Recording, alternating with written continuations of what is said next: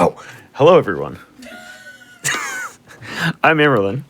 This is AIMBOT, a show all about first-person and third-person shooters, puzzlers, whatever you want. So tonight, we've got a pretty special lineup. One person, he's really, really good at like a bunch of puzzle games, and I've seen him run a bunch of these over a bunch of GDQs. Is going to do a bunch, like his whole collection of like first-person runs. He's got a lot of others in the tank, but these were the ones that he offered up, and so I said, yeah, that works out for me. Before we get started real quick, a couple announcements. Frost Fatales is coming up this weekend, February 26th. Go to gamesdonequick.com/framefatales for more info.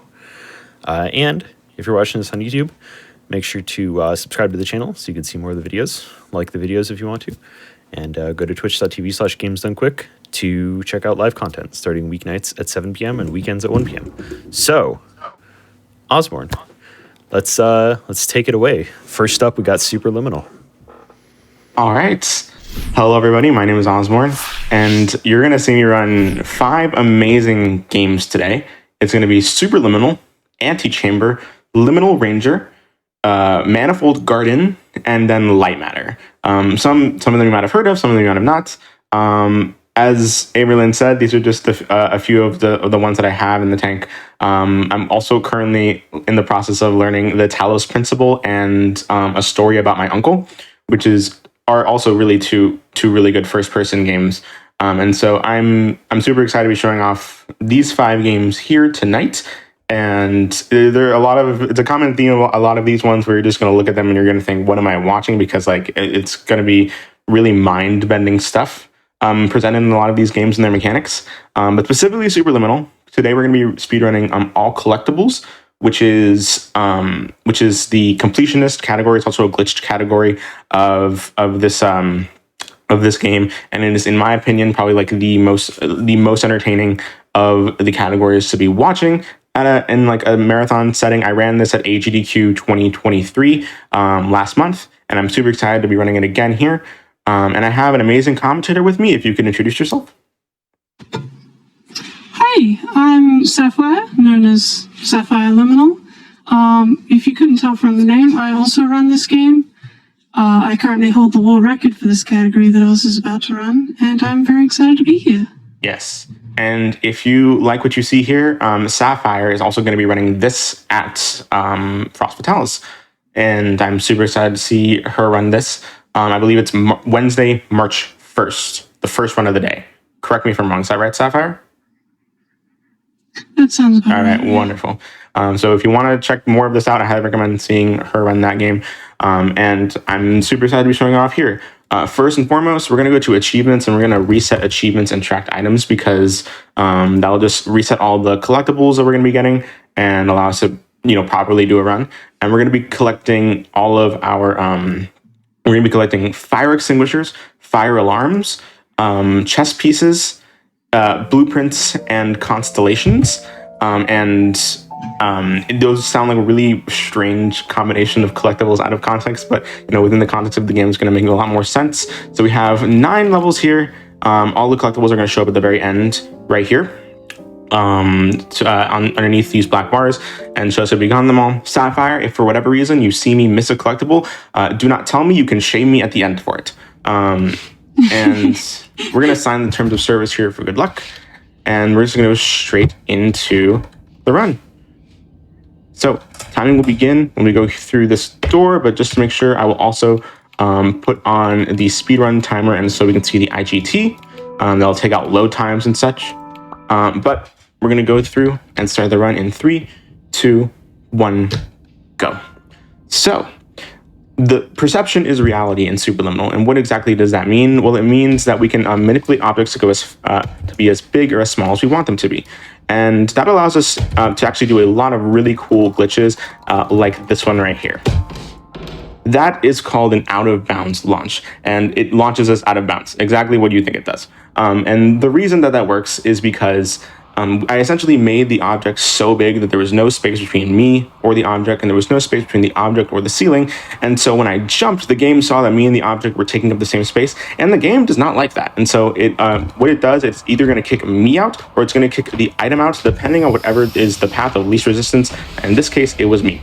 Sapphire, do you want to explain a little bit more about this specific level induction and just the more of the basic mechanics that we're going to be seeing throughout this run? Yeah, so this is induction. It's the first level of the game, and it's usually made to introduce you to the mechanics of resizing and object manipulation. We don't do a lot of glitches in this level. We're pretty much forced to do it glitchless. But thankfully there aren't too many collectibles either, so we can just basically do a glitchless run until the very end. Yeah. Glitchless, except for that, of course, that one very huge glitch at the very beginning. It's a really nice eye catcher for people to see at the very front. This strat right here is called Dairy Free. And when you press that button, this specific wall is meant to fall down. And if you push it before it falls down completely, you can just push it out of the way. And so here is a fire extinguisher and fire alarm, 2 more collectibles that I mentioned earlier. And you saw me right there just jump on a piece of level geometry that's stuck out there in order to go over here and grab a blueprint. That is pretty much all the glitchless movement after that beginning glitch at the beginning of induction, and that's all the collectibles that we have for induction. It's just those 4.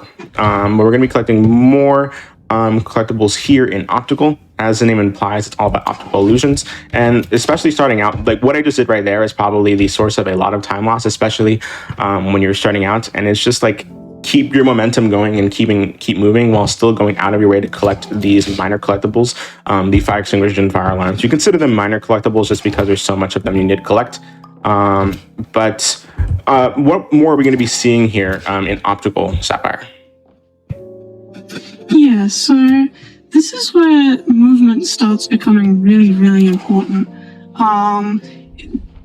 A lot of the time saved in this run is just due to how clean can you get all of these collectibles and things like that. Optical is also the first level where we start to have a lot more tricks.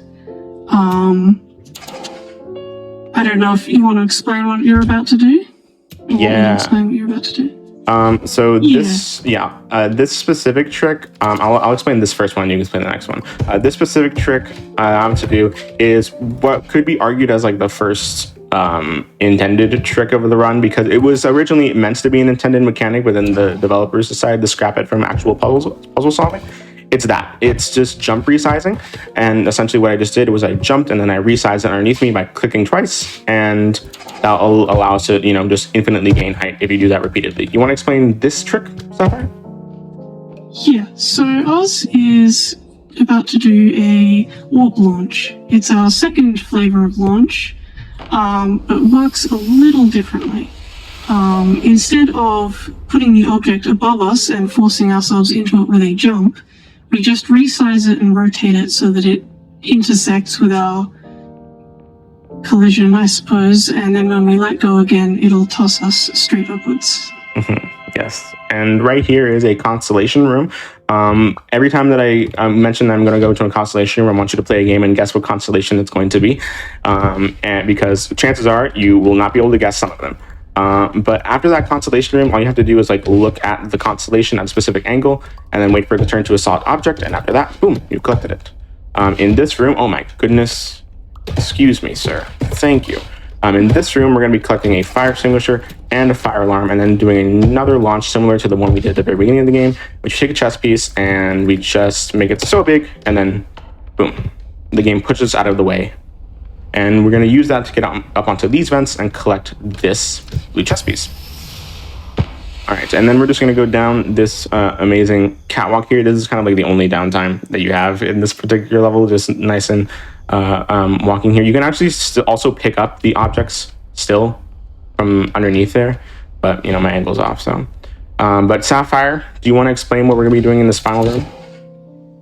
Yeah, so this is the so-called moon room. For the reason that it starts with you grabbing the moon. Don't worry about it. Yeah, so we're going to grab this portal. This portal is actually the exit to the level. We're not going to go through it just yet. We've got a couple more things to do first, starting with grabbing this can and making it a little large. Grab the last of the minor collectibles in the level, and then do another jump launch. This is the same as the one we did at the start of the run. We just do it with a can instead. Oh, wow. Okay. That was almost good. It launched me, but not quite the way that I wanted it to. I'm going to try that again, and that is what's supposed to happen, launching us out of bounds. I guess it just wasn't big enough, or I don't know exactly know how to diagnose what I did wrong there, but you get some, you lose some, so. I guess that's the not large enough. Kind of brings up a good issue with this category, though. Launches are not consistent. They have a habit of not working when you want them to, but with enough skill and practice, you can get them pretty good. Yeah, that's true. Right here, we're going to go into cubism, and before we do that, though, we're going to go into another constellation room. Can you guess what it is? If you can guess what this constellation is, I will give you 17 brownie points. Sagittarius. Sagittarius. Oh, I wish it was as complicated as that. It is a cup. It is just a mug. Look at that. It's just a cup. A lot of the stuff, with exception of like one, is going to be stuff that you're going to be seeing like within the game. And so that is, and we have to go like really out of our way to get them, which is why for a lot of them, we reset checkpoint after getting them, except for this one in particular, because we haven't grabbed a checkpoint that would save time. But now that we're out of that constellation, we're going to go straight into cubism. And as the name implies, it is all about cubes. But ironically, the first puzzle that we do, we're actually going to skip the cube that we need for it, because we can just do this. And that's it. And in this next room, there is a chess piece in this vent. We just grab it and get it like that. Excuse me. There we go. Perfect. That sound means that we got it. I don't know how you're supposed to get it casually. I've never gotten it casually. I have no idea how you're supposed to, because you can just grab it through, and that vent has like no collision on it. It's great. Sapphire, what exactly is this trick I'm about to do right here?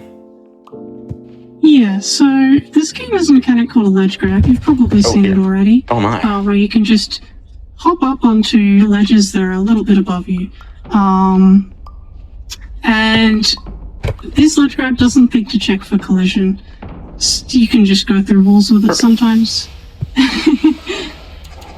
There, great. There is a way that I could have done that by just jumping onto the vending machine, but I find that to be so inconsistent. I can never grab it if I just jump through the vending machine. It's kind of annoying. That backup is the worst. It is, which is why I just jumped resize with the half cube. In this room, some sliding cubes. And that's kind of like the whole motif about cubism, is just that you have the ability. You go into each room and you have different abilities with each different cube, such as this one, and you think it's gonna be like a normal cube, and then it's not. And boom, corner cube. They caught you again, and you think this is gonna be a normal cube too, but nope, it is a giant cube that we're going to grab the side of it, and we're going to do a warp launch with it just to get up on this tiny platform, so we don't have to go onto the pole again. And that is literally it. All right, but that is pretty much the entirety of cubism. And I forgot to mention last time, but each level is going to end, with the exception of a specific ones, each level is going to end with like this hallway sequence. There's going to always be a fire extinguisher and a fire alarm at the end of the hallway sequence, similar to how in the beginning in that lobby, there's always going to be a fire extinguisher and a fire alarm. And the rest you're just going to have to look for throughout the level. But that is cubism. Now we're going to go straight into blackouts. And once more, before we actually get into explaining what blackout is, we're going to go out of our way immediately and going to get another constellation. Can you guess what this constellation is, chat? If you get this one right, you get 26 brownie points. The brownie points don't do anything. You just get to have them, and that is reward enough. Share. If you guess cheese, you get 27 brownie points, specifically a wheel of cheese. And after you get that, you want to reset level, not reset checkpoint, because if you reset checkpoint, it puts you next to the alarm clock. But if you restart level, it puts you at the foot of the bed, which is where you actually start the level from. It's just minor optimizations like that make a difference.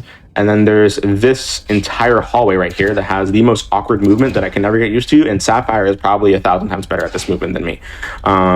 You see, like right there, like it's just, you have to like walk diagonally because you don't want to like walk all the way up to them, because that would just waste time. It's kind of awkward for me. With Sapphire, can you explain a bit more about Blackout, what it is, and also you can explain a little bit of the glitch that I'm about to do. Yeah, so Blackout's a very interesting level, both casually and in this speedrun. Casually, it's got a kind of horror tone, but it makes it very clear that it's only as scary as you think it is, which is quite interesting. But what Oz is about to do here is push these little canisters, if you can, through. There we go. It did not feel like cooperating today. No, it didn't want to. Through barriers that normally prevent you from taking objects. We're going to bring this canister on a bit of a journey. We're going to use it for a launch later. So we're just going to, bring it through a couple barriers, and after this jump, we'll set up for another warp launch. One thing we didn't mention is that warp launches make the object really big, like immense, larger than the whole level type size, which can have some interesting consequences. Which I didn't get the huge launch, thank goodness. Nice. Sometimes that specific launch will just launch you into the stratosphere, which loses time because you want to be able to just be high enough to walk on the ceiling right here. And we're going to get this guy right over here. And as Sapphire said, we're going to be doing another warp launch with it. And Sapphire, I want you to explain just the effects of what we're seeing. Yeah, so like I said, warp launches make objects really, really big. The reason that doesn't tend to have consequences is it hits an object deletion trigger, which will delete it after a frame or so. But what that trigger doesn't delete is the lighting source from, like, that sign we just used. So now the rest of the level is bathed in a rosy glow. It looks pretty cool. It is. It's quite beautiful, as a matter of fact. Right here, as we go into this room, you can just barely see a blueprint. You can't even see it. You can just grab it like that. As soon as you hear the writing sound, that's how you know that you grabbed it. And now we're going to turn on the idea generator, and we're going to grab a can of beans, and we're going to perform a launch with it, because what else would you do with a can of beans? And this specific launch, it's actually pretty simple. Again, it's all about making the objects really big, and then boom. I was kind of scared on that one, but it's okay. Resetting checkpoint, turning the idea generator back on. Okay, that's a mistake that I have not made in quite some time. And there we go. That is the end of Blackout. And as Sapphire said, the entire tone of Blackout is meant to make you think that it's going to shift into a horror game, but it's not. The entirety of like that end section is meant to see that all the blood that you saw on the floor was just red paint, and it's Sunday, so they are serving beans. And so that is just goes to show that it's only as scary as you perceived it to be, as Sapphire said. But now we're going to go into clone, and as the name implies, so we're going to be cloning things, but ironically, the first puzzle, probably just to set up your expectations, does not involve actually cloning objects. It's not until you get into this next room in which you actually can clone objects. We're going to change the station real quick, listen to some more music. Nice. I think this is channel 5. But as you can see here, we can clone objects now, including these fire extinguishers, and that's actually really useful because the fire extinguishers have an infinite grab distance in this level, and so we can just get them from really far away, which means we don't have to go as out of our way to get them. Sapphire, there's a specific trick in this level that is only possible in this level. Could you explain what it is? Yeah. Can I just mention I'm astounded that you know all of the music channels? That's kind of incredible. Yeah. Thank you. But this trick is another type of launch that is only possible in clone for the reason that it's the only level you can look straight down. I don't know why, but it is, and we can use it to do a unique type of launch, which is confusingly also called a jump launch. It's great. Yes, it is great, and it's still very confusing that it's the only level you can, like, channel 2, okay. It's still confusing that it's the only level you can actually, like look just straight down, and we don't know why. You can also look straight down in multiplayer, if you have like a modern patch of this game and are interested in downloading multiplayer, it is an amazing run. Like we have multiplayer speedruns and people have been doing that. It's amazing, and also just the online multiplayer for it's like a battle royale kind of thing. It's really fun. We had like a whole field day with it when it came out. It's absolutely amazing. But after that side tangent, now we're just gonna be going straight into this final puzzle. And as you can see here, like the rules for cloning objects are like different depending on what puzzle you're doing. You can probably see in that green apple room, I was able to physically pick up the object and move it. And only after I put it down and picked it back up again did it clone. But in other puzzles, like that last one that I just did with the signs, the clone just falls straight to the floor the moment that you click the object. There's not really a consistent and hard set rule for how objects clone in this game, but of course we as speedrunners know which ones do which. If you guessed Dream Soda for this constellation, you get 36 points. There was a hint because we were just in a room with Dream Soda, but you get 36 points nonetheless. All right, wonderful. And in this last room, surprise, this fire extinguisher has already been pulled. Sapphire, why is that? Yeah, cloning is strange in a lot of ways. Other than the looking straight down thing, some of the fire alarms are linked. They're in pairs where you only have to pull one of them for both of them to be considered pulled. Once again, we don't know why this happens. It is absolutely fantastic for speedruns because some of the absolute worst fire alarms can just be skipped entirely. But yeah, yeah, very strange. It is. We've bug reported it, and the devs have acknowledged that it is a thing that exists, but it has not been fixed. But it's convenient for us. Here is an issue casually. Yeah, it's only an issue casually. Here's another one. Can you guess what this one is going to be? If you guessed chair, you get like 10 points. I feel like that was kind of an easy one. I had someone guess chair before. I guessed chair already. Dang, they took my guess. Dang. Yeah, this one's probably one of the easier ones to guess. But now we're going to go straight into Dollhouse. And if any of the Superliminal community is in chat, you can agree that Dollhouse is everyone's favorite level.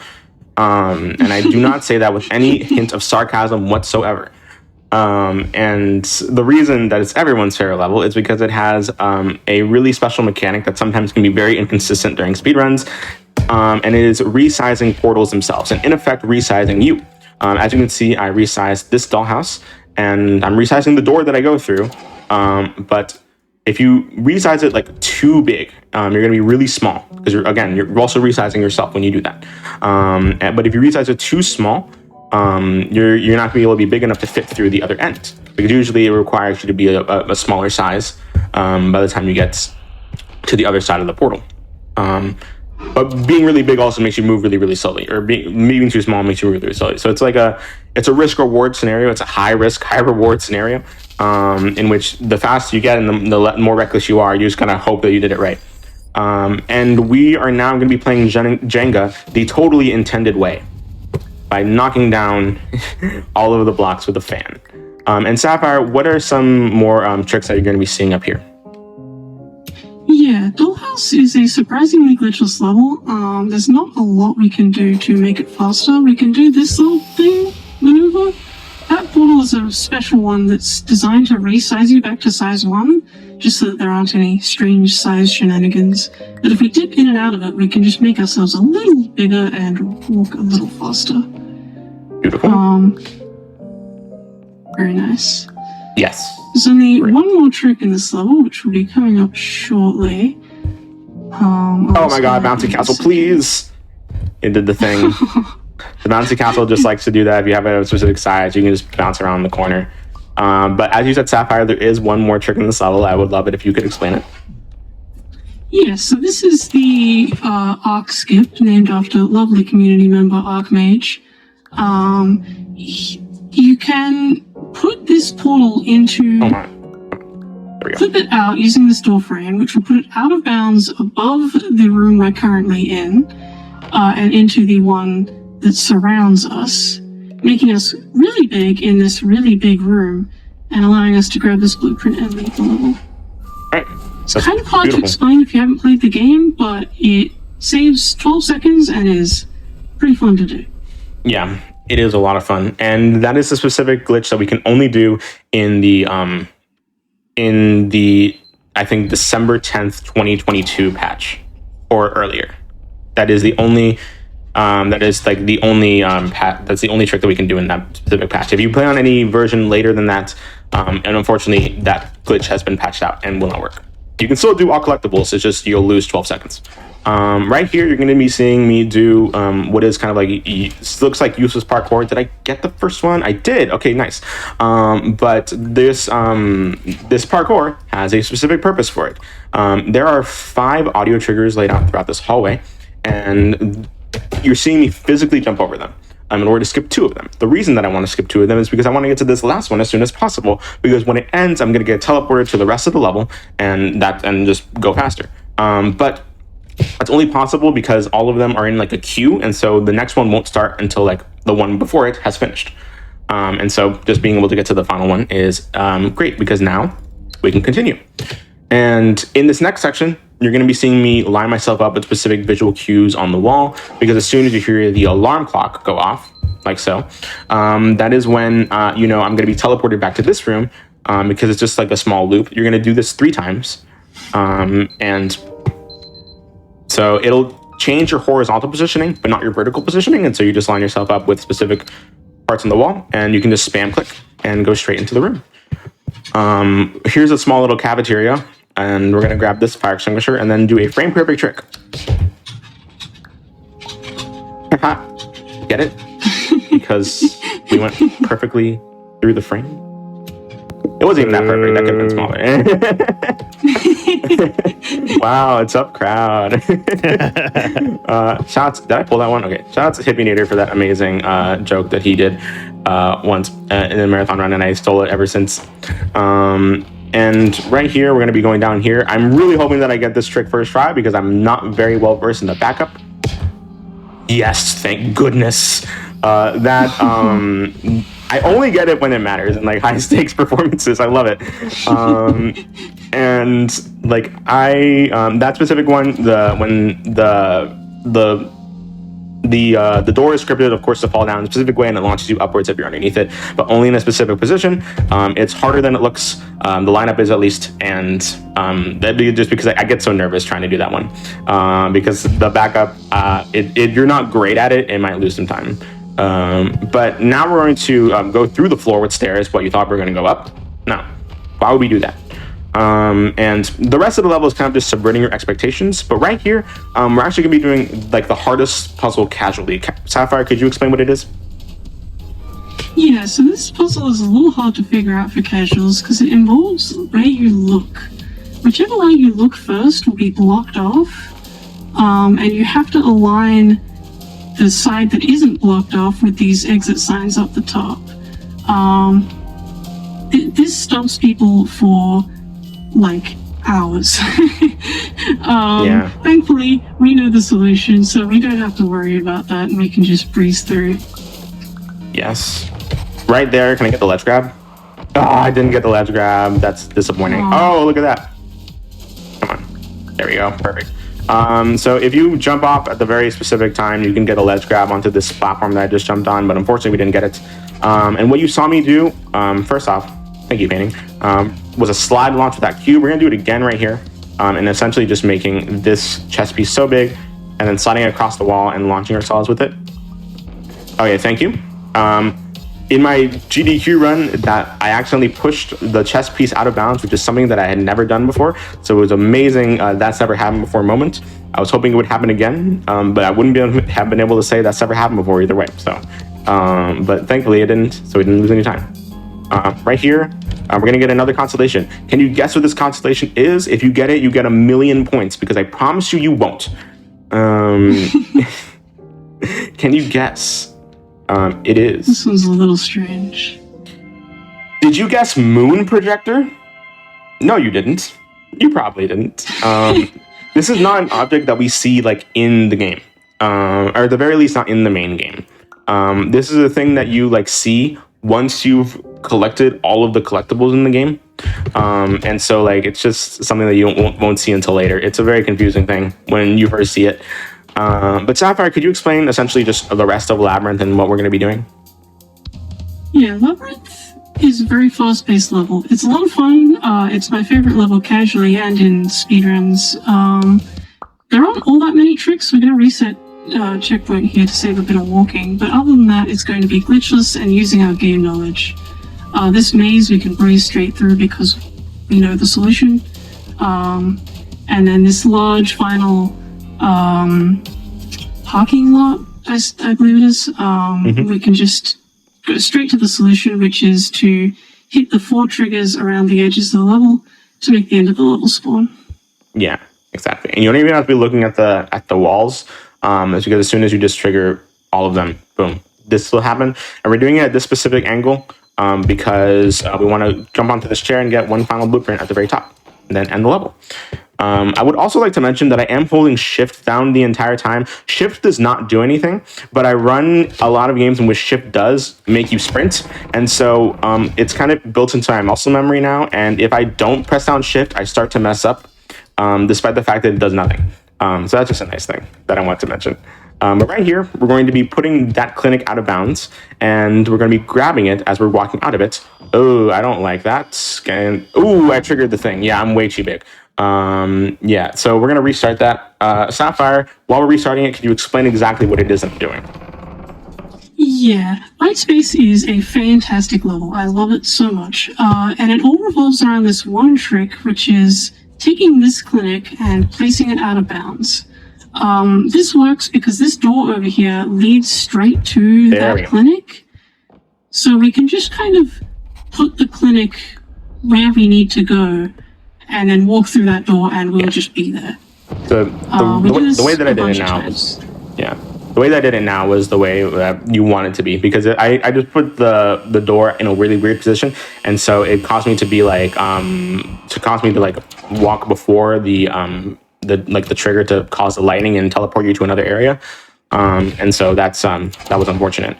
First of all, that is the last fire extinguisher and the last fire alarm of the run. We have a few more chess pieces and a few more blueprints, and as well as a final constellation room. Speaking of blueprints, we're going to get this one. And as Sapphire mentioned, we're going to be doing that first glitch a few times. Oh, wait, I reset checkpoint instead of resetting level. Okay, thank you. We're going to be doing it again right here, but first we're going to be going underneath here and grabbing this chess piece over underneath that soda machine. And then we're going to be putting the clinic out of bounds again, except over here, and it'll bring us to this area, which is essentially the end of the level. I'm going to make this clinic really small. It's right there. Don't keep an eye on it. And we're going to get the final blueprint, which is that one right here. Grab this clinic, and we're going to be putting it through this portal. The reason that works is because you're supposed to put a portal within to itself in the open, in like a cutscene at the very beginning of this level. And in order for, what is going on here? Thank you. Perfect. And in order to prevent soft blocking, the devs have implemented a mechanic in which when you put a portal into itself, it'll put you back to size 1, and so you can walk through the portal again. But apparently that works with like every single portal in this game, and so it doesn't check to see which one you get, and so you can just do that anywhere. Oh, I was hoping to get the fast strat, or the swag strat. It's not faster, but it is swaggier. This is the final constellation. Can you guess what it is? This one's pretty guessable, All right. I would say. I got this one. It's a picture of Osborne. No, unfortunately, it is a piano. Although, now I kind of want a mod in which you can make your own constellations. We need beyond that. Okay. We're going to get the final collectible of this run, which is in the amazing Jungle's Bistro. I'm really hoping that that's big enough, or that's small enough for me to fit through this. It is. Oh, that's like the perfect size. Yes, hello piano. Trivia, that doesn't come up much. Jungle's Bistro is New Game Plus. Yeah, you can't get it on your first playthrough, which is kind of interesting. Yeah, this is the only category in which like we allow that specific New Game Plus thing. Oh wait, what am I doing? Hold up, I'm just gonna restart because that messed up my memory. I'm gonna be trying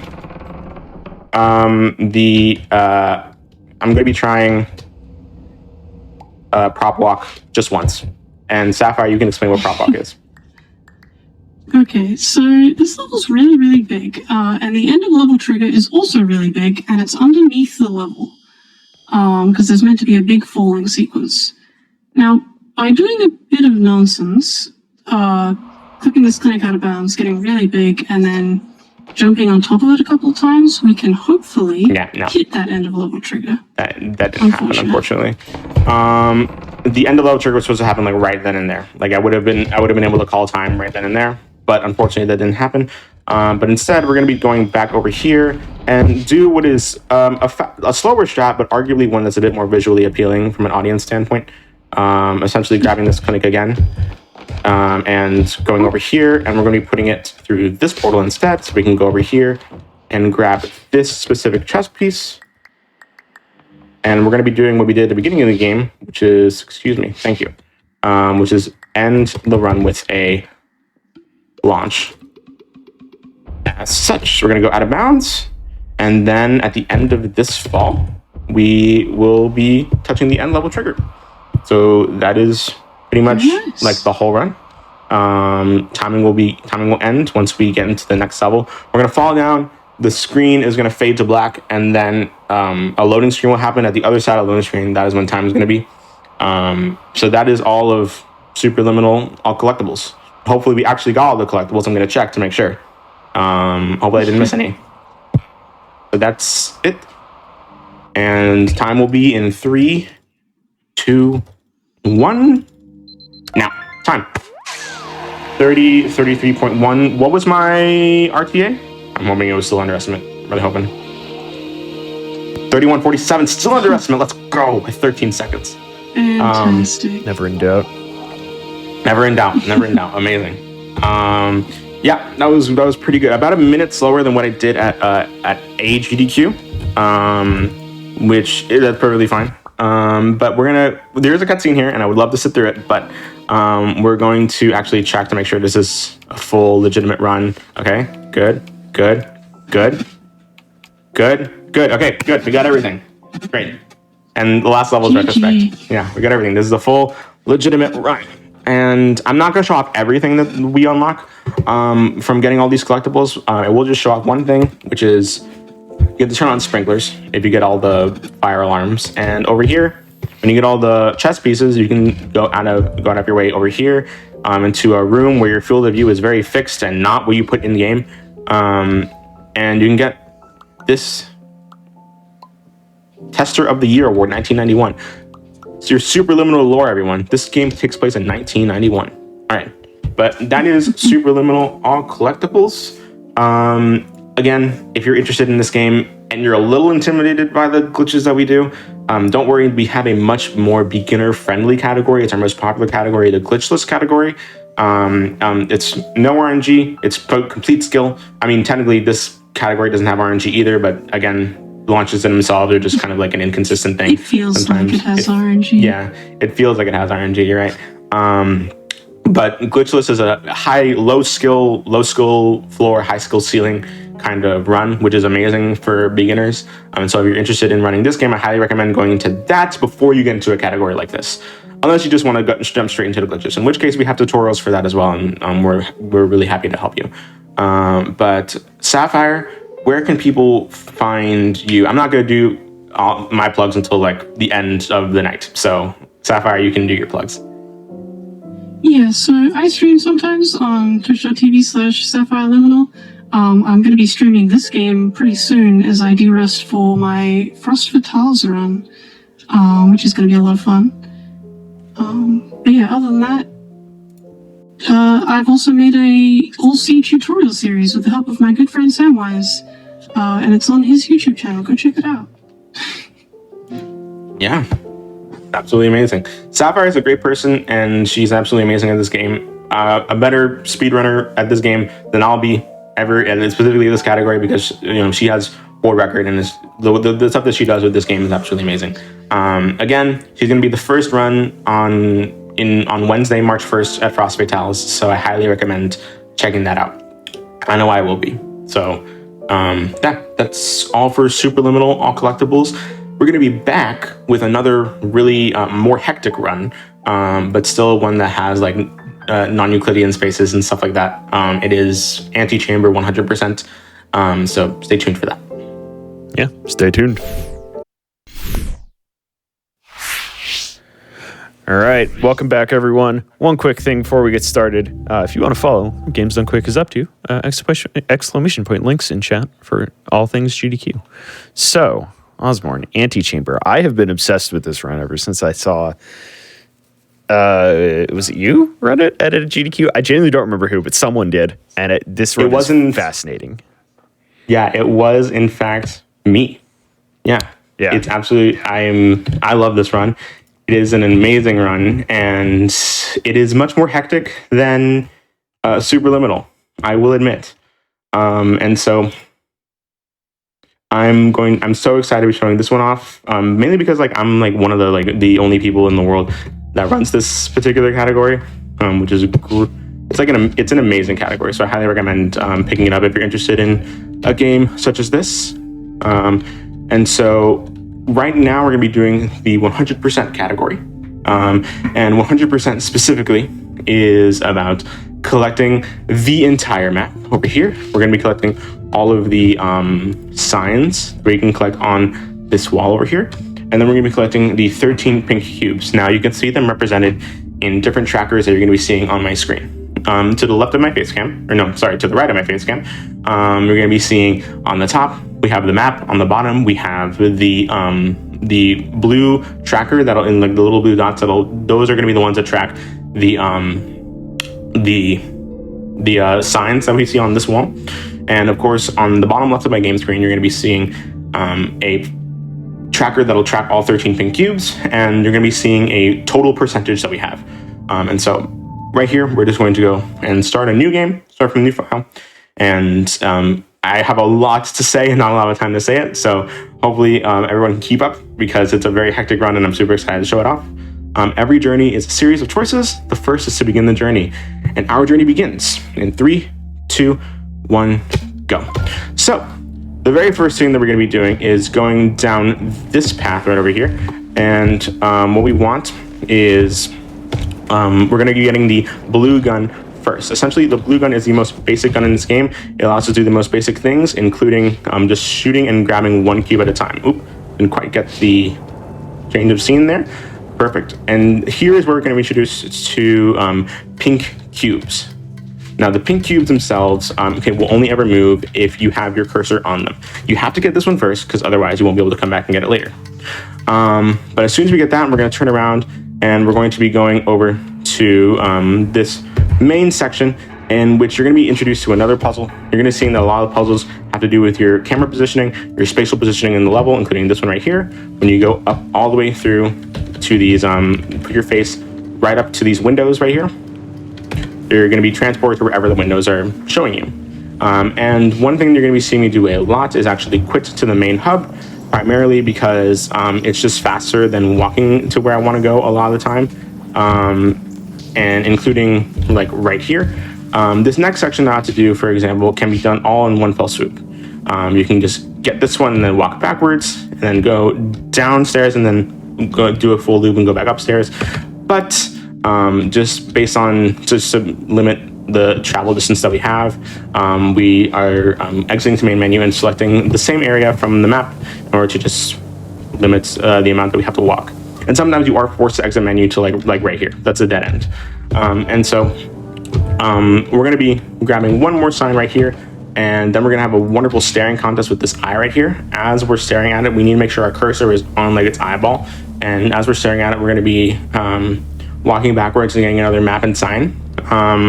The signs and the maps, they're just based off of trigger radiuses. You don't actually have to read the signs or anything. And so you can just collect them like that. Which is a wonderful thing. Here is a leapfrog. There is a skip for this, but it's very, very precise, and I'm not the best at it. And so we're just gonna be doing leapfrog normally, and now we're gonna be getting the green gun.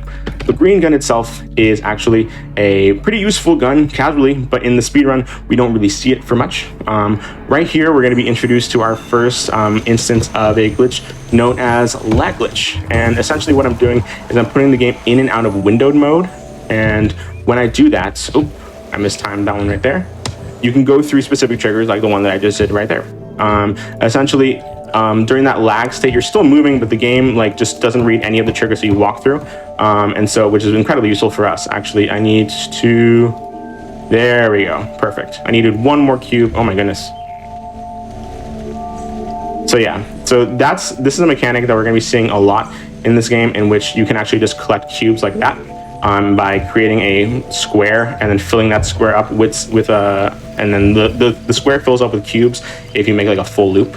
And so that's a easy way of getting like infinite cubes, but we're going to be seeing like much easier ways of getting infinite cubes later. This specific puzzle is just all about the timing of your getting rid of that green cube in order to make sure all the lasers are on cover at the same time. And now we have the yellow gun, and the first thing we're going to do with it is we're going to perform a new glitch called a warp. Essentially what I just did right there was I created a bunch of lag, and thankfully we got it first try. And what we did right there is we threw a bunch of cubes down, we created a bunch of lag, and when we exited the main menu, the cubes stayed in that position where we threw them. However, it covered up a spawn point, and when we selected that spawn point from the map, we're sharing the same space as the cubes, and the game doesn't like that. And so it pushes us back into the lobby with a gun, and in that state you can like do really weird things, such as like just instantly travel to wherever you wanted to go. Okay. This is like the only bit of RNG in this run. It's actually kind of annoying. And so you want the movement for these particular orbs to go all the way around. And now we're going to just give us like an open space to get underneath that area to grab another sign trigger.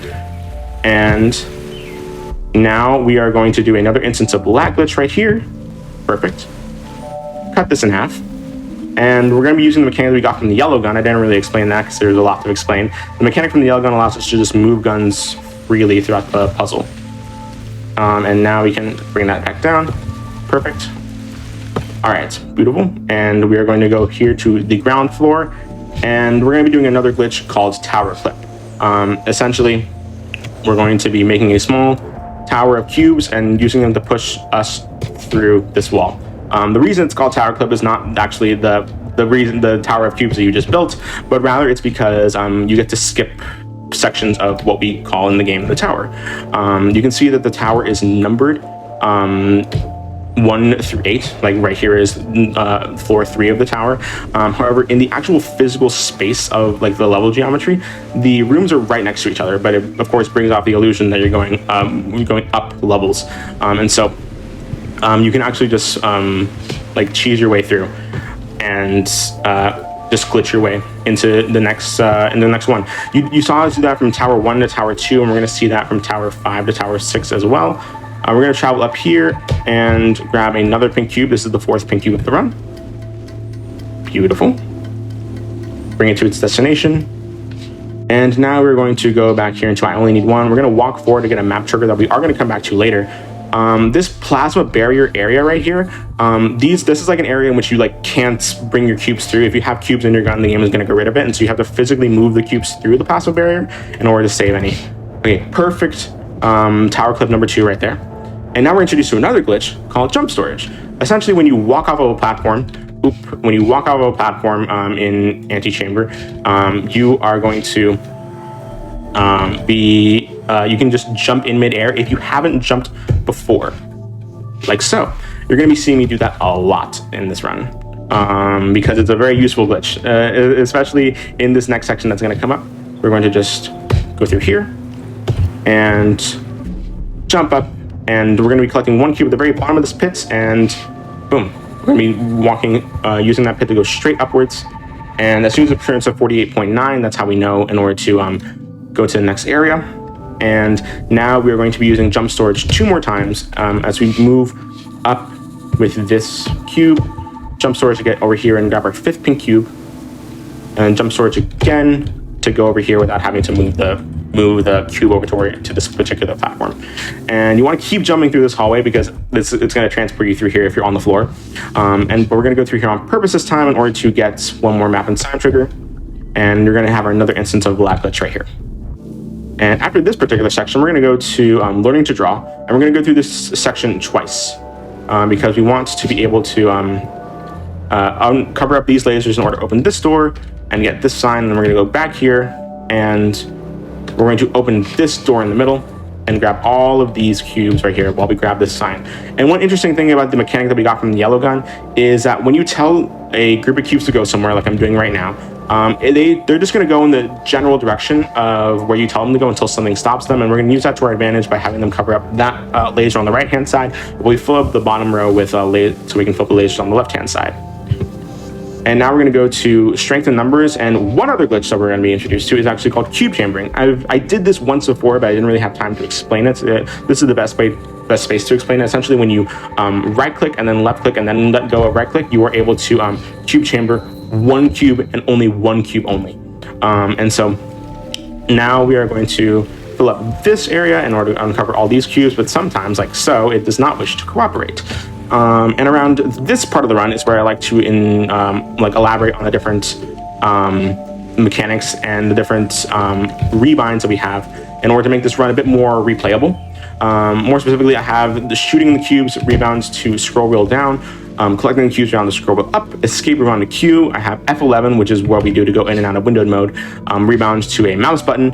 And so we've just allowed these in the community in order to make the run more replayable, so you don't have to reach all the way across your keyboard to do simple tricks or anything like that. It's a wonderful thing. And with the trackers that we have for 100%, it is actually, it's like a very hectic run, but it's also stuff that we have a lot of resources for to make it as approachable as possible, which is amazing. In this section right here, Learning 101, it is actually the tutorial section of the run, but since we have the red gun, we are able to just do a lot more unintended solutions to this puzzle. And the reason that it's important that we have the red gun is because you can see that the cubes here are actually colored blue. The color of the cubes is supposed to correspond to whatever gun the game thinks you should have right now. And so since this is a tutorial section and the blue gun is the first one that you get, the game thinks that you're supposed to have the blue gun right now, but that is not the case. I am having a little bit of difficulty with this. There we go, perfect. And so that particular glitch we just did allows us to go down. Oh my. All right, let's try that again. The final hurdle, thankfully that's not really much of a time loss because we can just infinitely generate cubes with the red gun, and so it's not a huge big deal, and because there's 3 cubes right there, thankfully. And now we're going to insert all these cubes through here. We're going to cube chamber 1 cube through, and perfect, and that allows us to get 1 cube through here. And we're going to use this exact same cube to go into this next room, and you're going to turn around to a room that wasn't there before. And now we're going to look down, even though the game specifically tells us to not look down right there. And we're about halfway through the run in terms of time. The percentage on screen does say 70%, but I promise you the last 30% is long. And so just going to jump up here, grab one more sign, and then we're going to go to over here, taking baby steps, and get one more sign up here, and then get another pink cube down here. Beautiful. And now we're going to go to impossible paths. We're going to get some cubes from and then we're going to use them as a bridge across WTF. And use jump storage. Ooh, never mind. We're not going to use jump storage. We're going to do that again. And then we're going to use jump storage. Perfect. Great. In order to jump across this gap, we're going to use these exact same cubes to build a wall over here because this is a jumping pad that's going to launch us through. And we're going to use this puzzle, which actually involves you getting rid of cubes. We want all these lasers to be uncovered. And so when you get rid of a cube and another cube replaces its spot, the first cube will just never come back. And so you can just use that to your advantage in order to solve that puzzle. And now we're going to go back to hitting a wall, and we're going to jump across this pad and go to where it leads us this time. And one thing that I forgot to mention here is when you split a group of cubes in half, like that, the smaller half will always disappear. And so that is being presented right here when we connect these two sides of the wall, which is, of course, that's the intended way of solving that particular puzzle, but it's a very fun mechanic nonetheless. Here we have a lot of up and down movements, looking up in order to activate specific triggers in the game. And hopefully this next glitch we get first try, because it'd be immensely helpful if we do. And I'm going to immediately shoot a bunch of cubes and then leave. We did get hub storage, which is amazing, which leads you to believe that we did get the other effect that we wanted.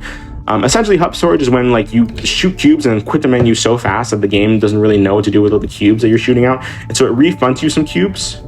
Oh, that's beautiful. That's absolutely beautiful. Beautiful. That could not have gone better. And so it refunds you some cubes that you shot out, and so like you can just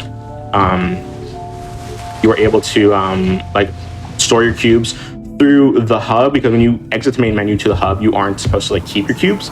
And so the next time you respawn somewhere, you can just keep the cubes that you had. Hence why it's called hub storage. All right, so we're going to be jumping through here, and make sure we do turn around to not like get transported somewhere else. And then we're going to do elevator clip, which we clip through the elevator. That's about as simple as it can get. When the elevator goes up, we use a cube to push us down. We're going to get another pink cube over here, and now we're going to go to stop and go, and we're going to use a lag glitch right here in order to prevent the lasers from being triggered and closing the door that we just went through. We're going to go up these stairs in order to grab another map and sign trigger that we're going to come to later, grabbing these cubes and then going down this elevator right here and grabbing another pink cube. Perfect. And we're just so we can save on cubes up here, we're only going to use one cube to travel up instead of a bunch. And now we're going to be grabbing these cubes on the other side. Beautiful. And we're going to stop this giant cube in its tracks and build the tower of cube upwards in order to fill down this entire section with cubes right here. In order to open the door, we're going to use jump storage in order to grab some sign and map triggers without fully falling down into that room. Jump up, boom. And we're going to have a really good example of like what's like one of the harder things in this game was being precise with your shots while still maintaining your momentum. Like I just did there, it's like really hard to just keep moving but also have a lot of precision in your shots, as is with a lot of FPS games. And so we're going to be walking up, and boom, we're going to get two more map triggers right here. We're going to go to too many lasers, and these next two puzzles can actually be solved in the exact same way. They're meant to be solved in two separate ways, because as you can see here, we have green cubes, which means we're meant to have the green gun right now. But since we have the red gun, we can solve it in that specific way that we just did. We're going to cube chamber this cube through here so we can go back upwards. And we're going to get another map and sign trigger at the very top of this section. Perfect. And we're going to walk backwards so that the game doesn't teleport us to another area. And this particular puzzle is similar to a puzzle that we saw earlier, except you have to get really up close and personal with the cubes, because there's like windows blocking you from just directly touching them. And then a loop that won't close. This is another, as I said, this is the exact same puzzle as we saw with the green cube, that just since we have the red cube, both times you can solve it the same way. And we're going to be using cups. I don't like that. We're going to be using cup storage in order to go through this section. Perfect. It's great. Oh, I was very afraid I was going to fall down there. And we're going to collect these cubes again. We're going to make a small tower of cubes high, 4 cubes high, and then make 3 walls of cubes in this section in order to cover up all the lasers. And when it says 91.2%, that's exactly what we want to see. We're going to grab this small cube. There's a small little sliver in which you can grab it from. And all those cubes are going to disappear. And then now, after grabbing this map and sign trigger, we're going to do another warp. And hopefully we can get this warp first try, because it's actually, I would argue, more difficult than the first one. All right, did we get it? No, we did not. Yeah, I figured. It's pretty difficult, but we were so close. It looks like we were close. You want to aim at this particular section. Perfect. And that time it did work, thank goodness. And we did a lot of hub storage. We look at how many cubes we saved. That's amazing. And that's like beautiful. That could not have gone better. Second try, but still probably the best one.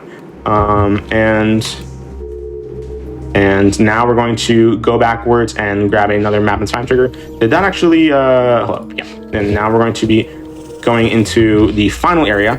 We actually unlocked like the last area of the game. We could go beat the game right now if we wanted to, but we do have to do a small little cleanup section of this run in order to get the last few map and sign triggers. And that is just, every 100% run of any game has a small little cleanup section, and now we're in that area. But we have to go all the way to the end of this section in order to grab, excuse me, thank you. Sometimes these triggers don't feel like working. Yeah, there we go. So we grab this sign right here. And now we're going to be facing this way, and we're going to go over the edge. And again, going to get the last few map and sign triggers. We're going to go to the chase, which is an area that we've already been to. But this time, if you go backwards, surprise, there's a pink cube over here that wasn't there before. We're going to go to the chase, get one more pink cube, and now we're going to go to Deja Vu. This is one that we could have gotten earlier, but like there's really no like way, there's really no particular instance during the run in which getting this cube, it won't be like out of your way, so we just put it at the very end. And now we're going to go to connecting the pieces. This particular section is a bit long for not like that much reward, because you're just getting like a map and sign trigger, but like you have to like physically move all of these cubes through this through this like plasma barrier area, because you can only cube chamber one cube at a time, and like you can't cube chamber if you're already like in this plasma barrier area, and so you have to like physically move all of these cubes through, and because you need two at the very end. And now we're gonna go to hidden space. These next few are pretty easy. Climbing the tower, boom, getting another map trigger, getting all the stuff that we just couldn't find an area in the middle of the run's route to get to efficiently without going out of our way and losing time. And after this sign, we're actually going to get the longest pink cube in the game. It is technically meant to be the first one that you get, and it is in this room, and it's 90 seconds long, starting right now. If chat or Amberlyn has any questions about this run, you have 90 seconds to ask them. I mean, I have questions, but I genuinely don't think I could formulate them in time to be like, hey man, I don't know what's going on. Like I've played a little bit of this game, and it took me maybe 2 hours to get past the first few puzzles. And I was just like, sorry, it's too much. That's how it goes. Like this game, I can't remember how many. It took me so many sessions to do on my first playthrough. Like all the puzzles, but I can't remember like the amount of hours that it took me to get through the full game. I did not like 100% complete it casually on my first playthrough, because that's like next to impossible to do unless you're like really, really thorough about it. But yeah, it's an amazing game. I highly recommend it. We still have like 30 more seconds if you want to say anything else. Throwing stuff all over my desk. How much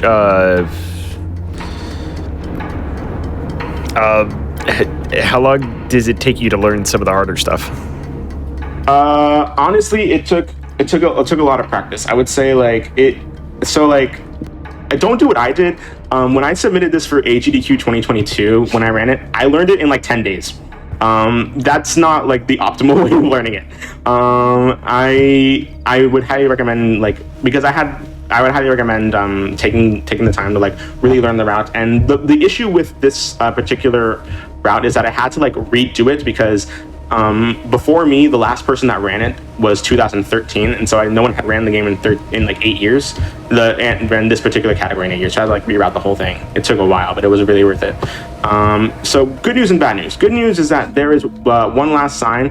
The bad news is we have to wait 1 hour and 8 minutes to get it. So if you have questions, now is an amazing time to do it. We just gotta sit here for like an hour. We can fill up the whole show with this. Honestly. I thought I only had 90 seconds. All right, well, if we got an hour, you're right. Let's really walk through your life story. Yeah, exactly. We have a whole hour and 8 minutes to go through that. But fortunately, we actually don't have to, because we can just crash the game instead. Antichamber, I'm gonna restart that. The reason that is a thing is because we have to exit the menu. Behind that sign actually is behind that timer actually is the sign that we're going to be getting, and we did get it, but you can't exit to main menu exit to the hub after you get the sign, because the game thinks you're already in the hub, and so you actually are forced to quit out and just restart the game in order to finish the run, because the category rules do require you to actually finish. You have one more map trigger and finish the game. Timing will end in 3, 2, 1, time. That's it. That is 100%. I'm gonna tab out real quick because this is probably annoying some people. There we go. Perfect. 100.0%. And I was able to exit this area before it encapsulates me. If you're fast enough, you can do that.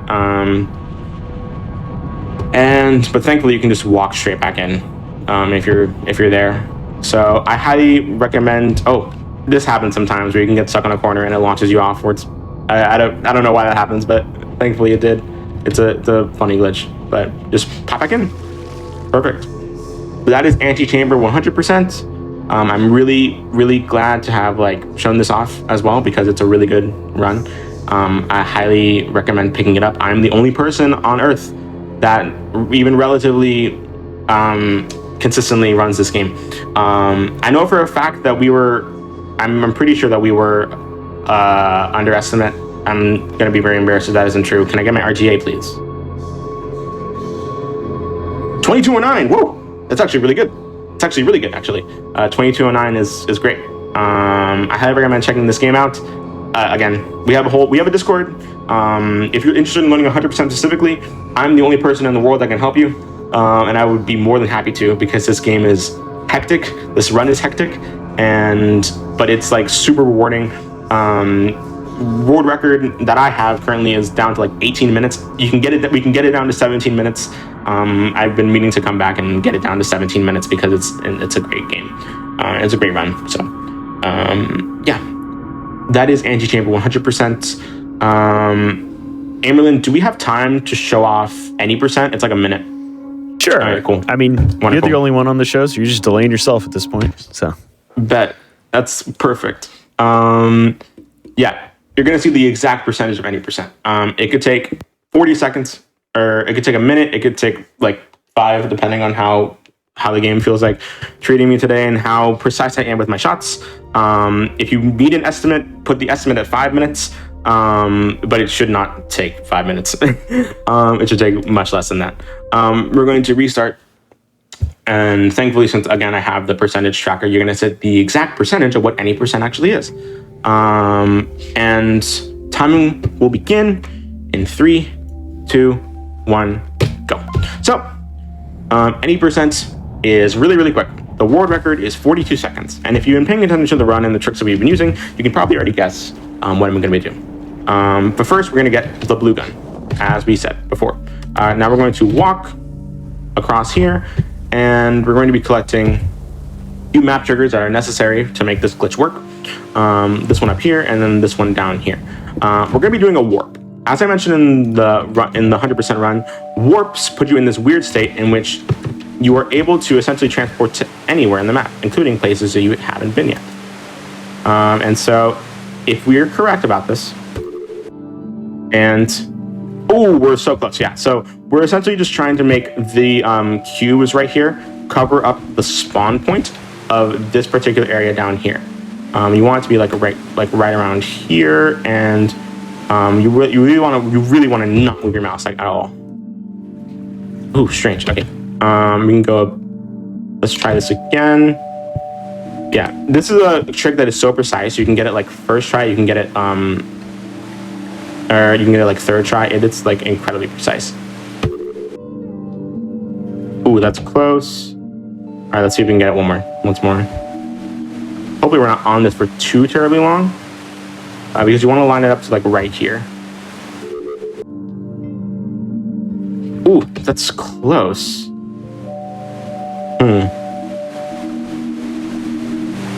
It's an annoyingly precise trick. You see, like it's like incredibly precise. You can also see sometimes that like the game is like physically moving me out of the way. Sometimes it's like an annoying thing to deal with on occasion. Yeah. I feel like it definitely helps that like you can place the cubes at such an exact spot. You can, because like there's like the cursor thankfully shows you the exact units that you can shoot them on. Yeah. And so that helps a lot. You see, like it like moves me sometimes, which is like an annoying thing. We're going to do it right here, and I'm just trying out like different. Oh, that one wasn't even enough cubes. I'm just trying out like different units, because potentially like there are specific units on the floor that like just will not cooperate with you sometimes. Perfect. There we go. Yeah. How many tries was that? I don't know if anyone's keeping count, but one first try. Yeah, first try. Amazing. And now we finish the run. I got this first try at GDQ, which is the most powerful thing. Like you feel so powerful when you get a first try in a marathon setting, but then not so powerful when you do it as many times as that. But again, it's something that's like so precise. You either get it first try or you get it in like 7 tries. But timing will end in 3, 2, 1. There. Just over 3? Yeah, anticipated. Again, you would have to just mess up a lot to go over like the 5-minute estimate that I put. But I think at AGDQ I got like a 112, which is great. It's absolutely amazing. So I, again, highly recommend checking this game out. If you're into a run that's less than a minute long, if you do it optimally, then yeah, you can do any percent too. There's a lot more people that can help you out with that. Shout outs to Botium, who is the world record holder of any percent. So I am very happy to have shown that off as well. And yeah, any percent is just one glitch. You just have to do it right. And yeah, that's it for Antichamber. I'm going to be back with Liminal Ranger next. Please stay tuned for that. It is another very wacky, very zany game. So I'm excited to show that one off as well, because it's a nice indie game too. Needs more love. I'll see y'all in a little bit.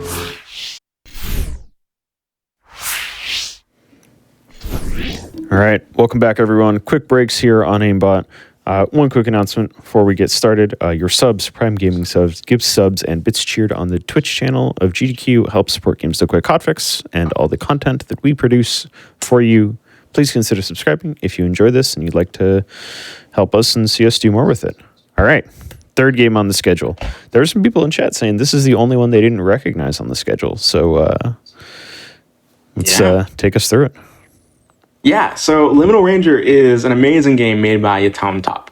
And he is a wonderful indie dev. This is a one-man project.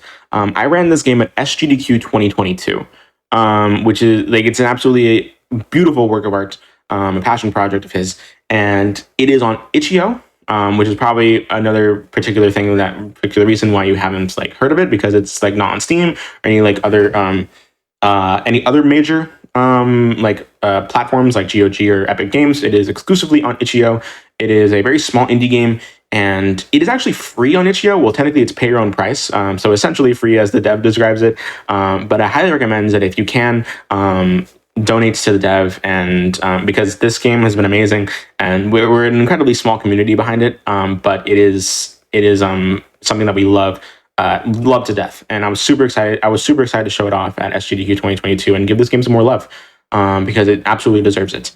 It's going to be a very quick game. It's a very small game, and I'm happy to be showing it off again on the GDQ channel here on HotFix, for a smaller audience as well. But it's all about liminal spaces, similar to Superliminal, but with a little bit more of a twist. And I'm going to explain that more as we get into the game. So timing will begin in 3, 2, 1, go. So the very first thing that we're going to do is the pro gamer strat of skipping through text. We are here in this alleyway, and we have found our friend, but when we turn the corner, our friend is gone. We turn around to what we think we hear as our friend, but unfortunately we realize something has gone terribly wrong. We're going to skip this cutscene because thankfully the dev has allowed us to skip the cutscene in a new update, and we're going to go to our job.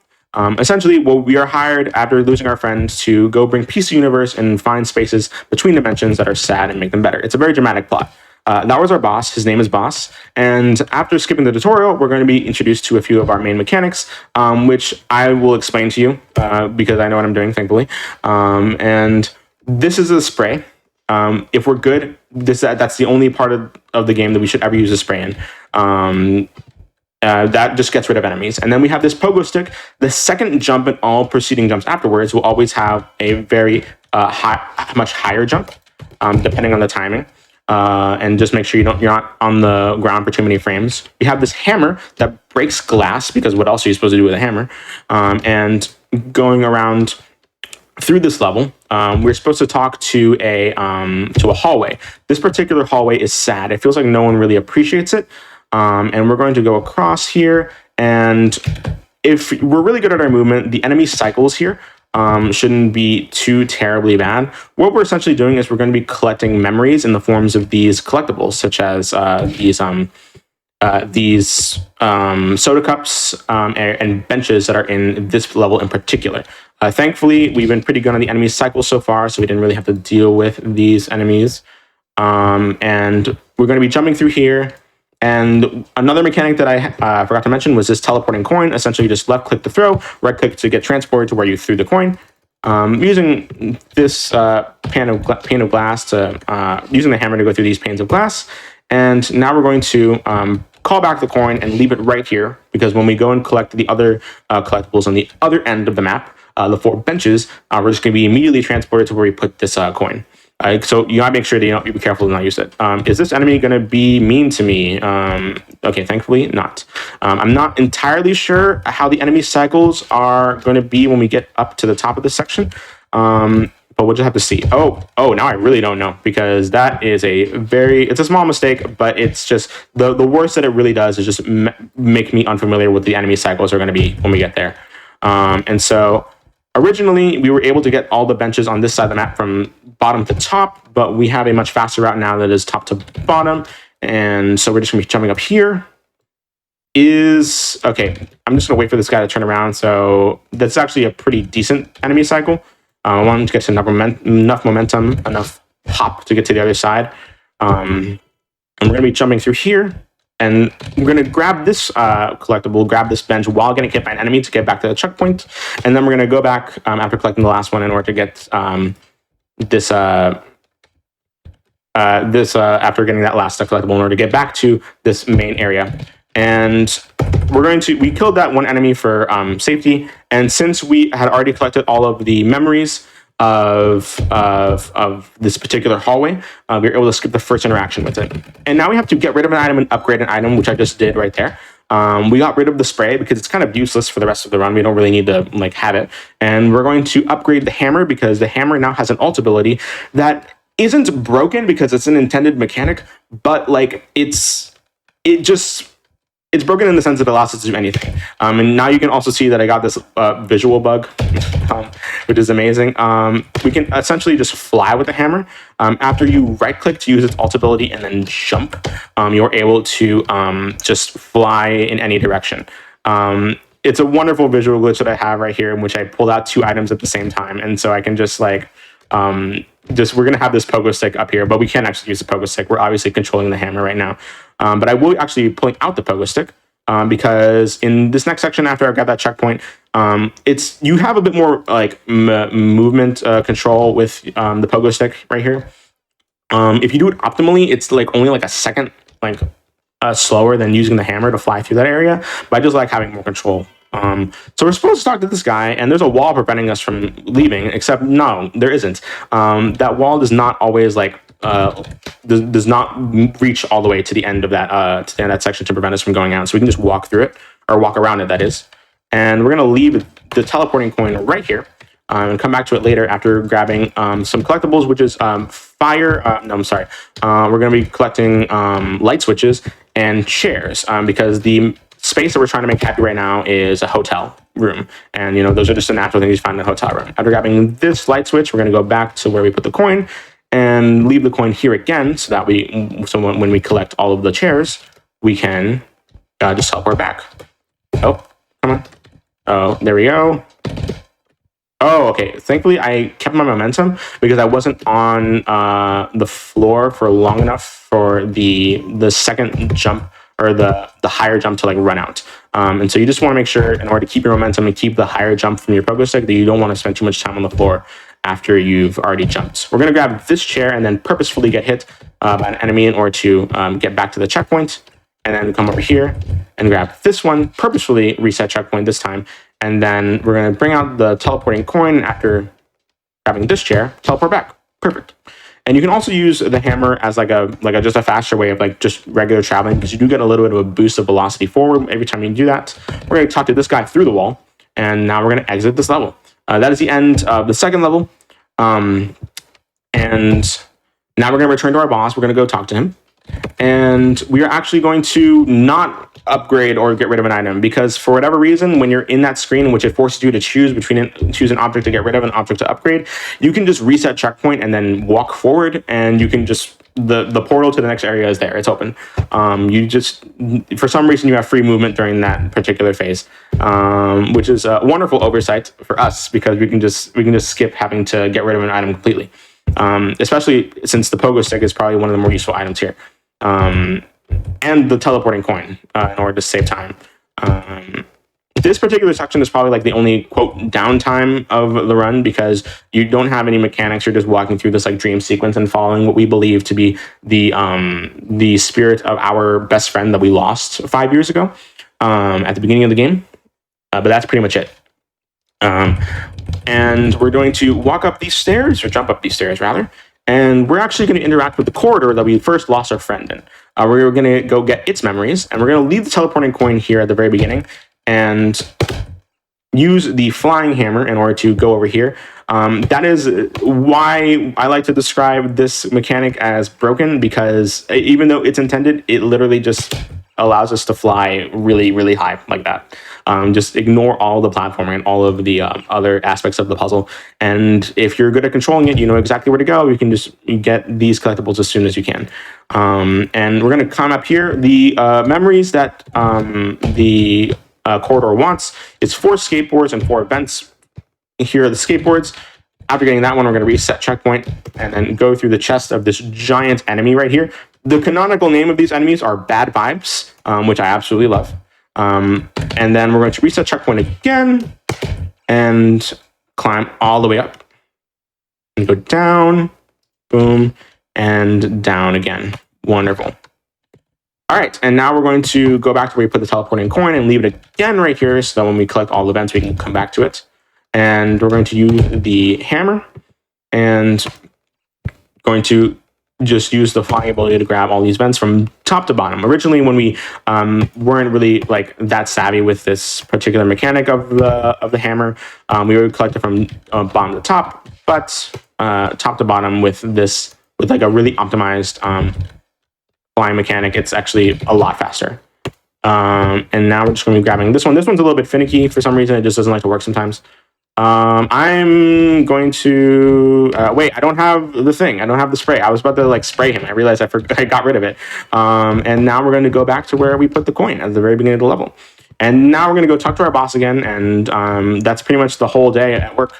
And the time is going to come up soon after we get into our car and go home. So 3, 2, 1, time. All right. 9:19. Dang, that's like a minute faster than what I had at GDQ. That's amazing. Beautiful. I think that's great. That's a really good run. 9:19 sub 10 RTA is great. That was probably sub 10 RTA is absolutely amazing. I absolutely love this game. It holds a special place in my heart. While it's not my main speed game, it is a game that I think is just so immensely underrated, even just casually, because it's just this one guy that made like a wonderful game, and it's a beautiful passion project of his. It's beautiful, and I think that it's going to be. I think I would love to have like more people even just play this game casually, because it's a beautiful game. But that is all for Liminal Ranger.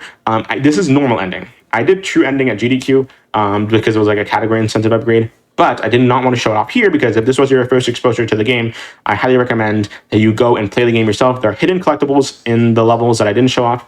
And if you collect them, you can unlock the true ending. So I recommend go doing that and just enjoying this game for yourself. Again, it's pay your own price, so I highly recommend, if you can, to donate some money to the dev, because Yatam Top has done a wonderful job with this game.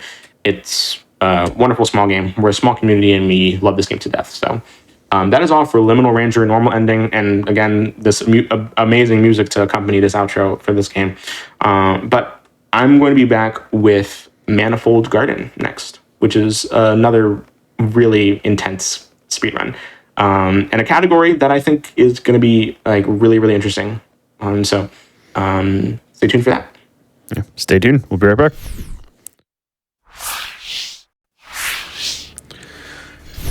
All right, welcome back to the Puzzle-a-thon night on AIMBOT. We've got Osborne keeping it going for us. One quick announcement.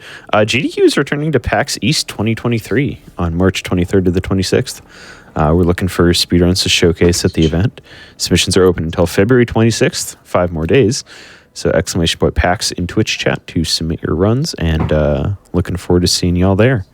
So, Manifold Garden. We were talking in the break room. I saw Jelly run this game, and then I played it, and I could not wrap my head around like half of the mechanics in this game. So I cannot wait to see this again. Yeah. Okay. Yeah, this is an amazing game. This is the one that I've most recently learned, and it is quite an intense run as well. I'm going to explain just two things really quickly, just to make it a little clearer as to what I'm doing. First and foremost, you can see that I have actually have a bind right here. Bind F screenshot normal. This is an in-game bind that we have allowed, in which when you press F, you can take a screenshot instead of F11, and so that will make it easier to do a specific trick that we're actually going to be doing a lot throughout the run. That I will explain when we get there. And another thing that I'm going to show is gravity change motion, S curve. I'm going to change it to S curve for just a bit because, as you can see here, that is, if you've played this game casually, that is probably the way that you change gravity, right there, the S curve. However, that is an animation. It is not very fast, and so instead we have it set to instant. In which case, when you change gravity, guess what? It's instant, like that. Boom. And I'm going to explain that. I wanted to explain that because when I first saw a Manifold Garden speedrun, I could not make sense of it because it just looked like a bunch of jump cuts. And so I wanted to explain that before the run so the audience at home can get a little bit more of a bearing as to what they're going to be seeing, because it's going to be fast and it's going to look like it's just a bunch of jump cuts. And so now we're going to go to main menu so we can start a new run. This game, again, absolutely love the speedrun of it. It's great.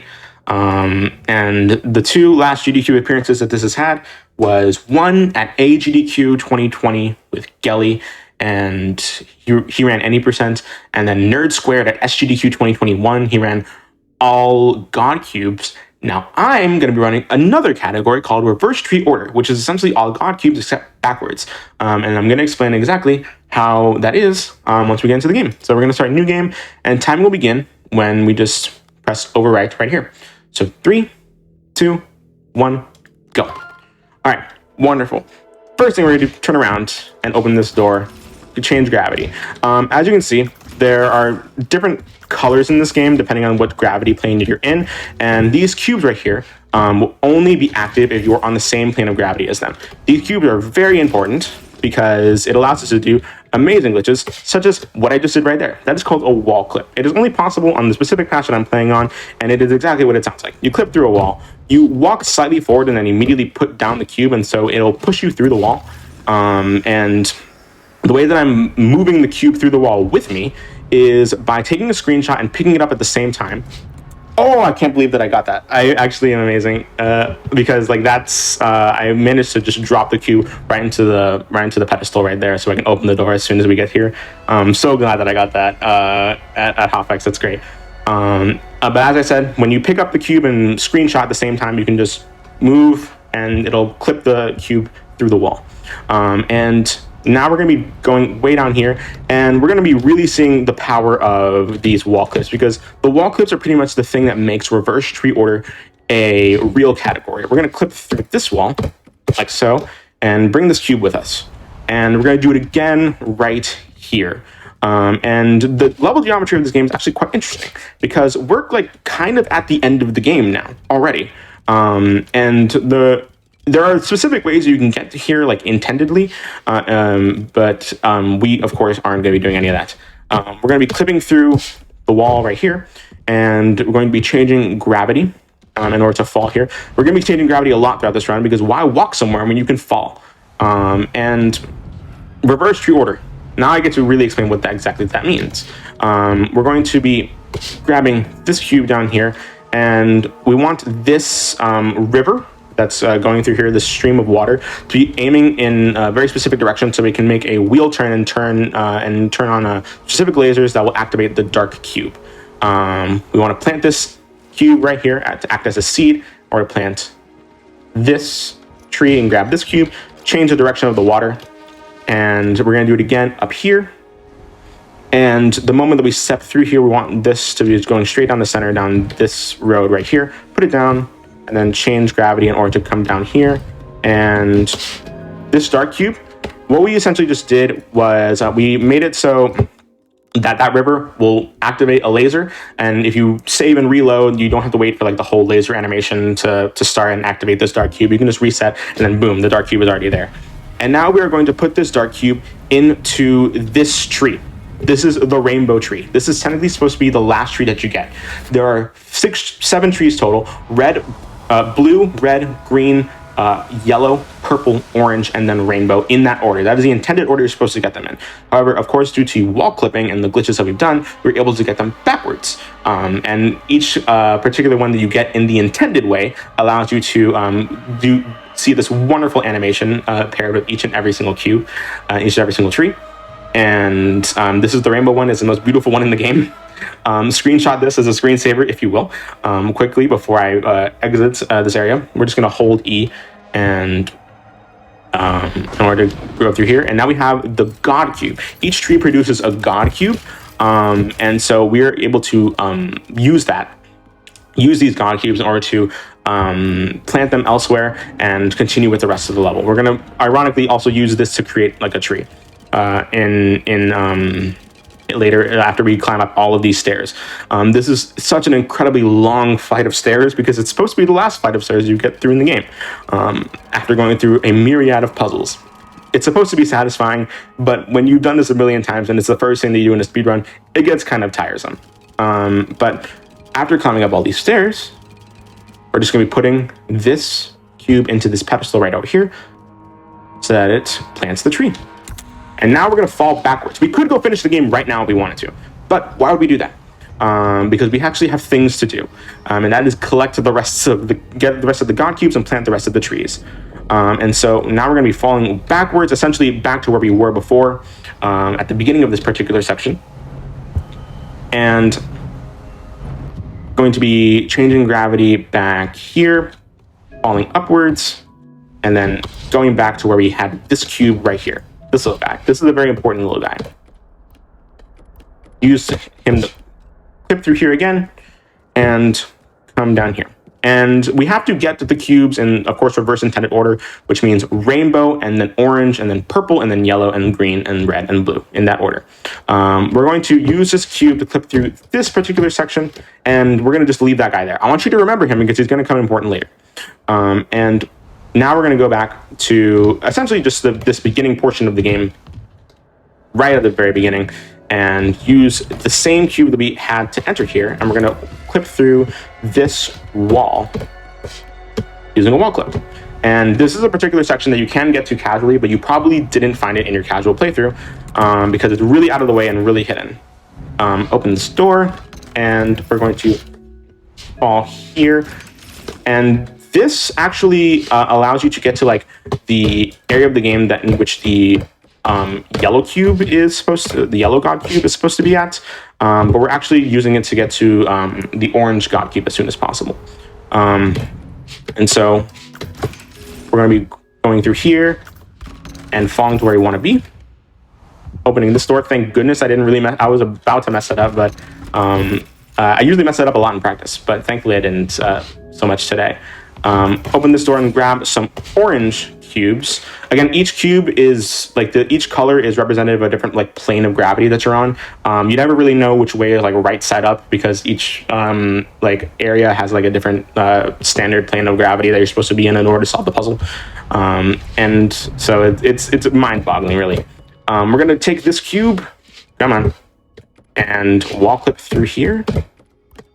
There we go. We don't need this cube anymore. We're just gonna abandon it right there and walk all the way back, and boom. We're gonna go through here, and ooh, okay. Sometimes you can like barely catch the edges of these platforms in order to like just fall down instead of walking.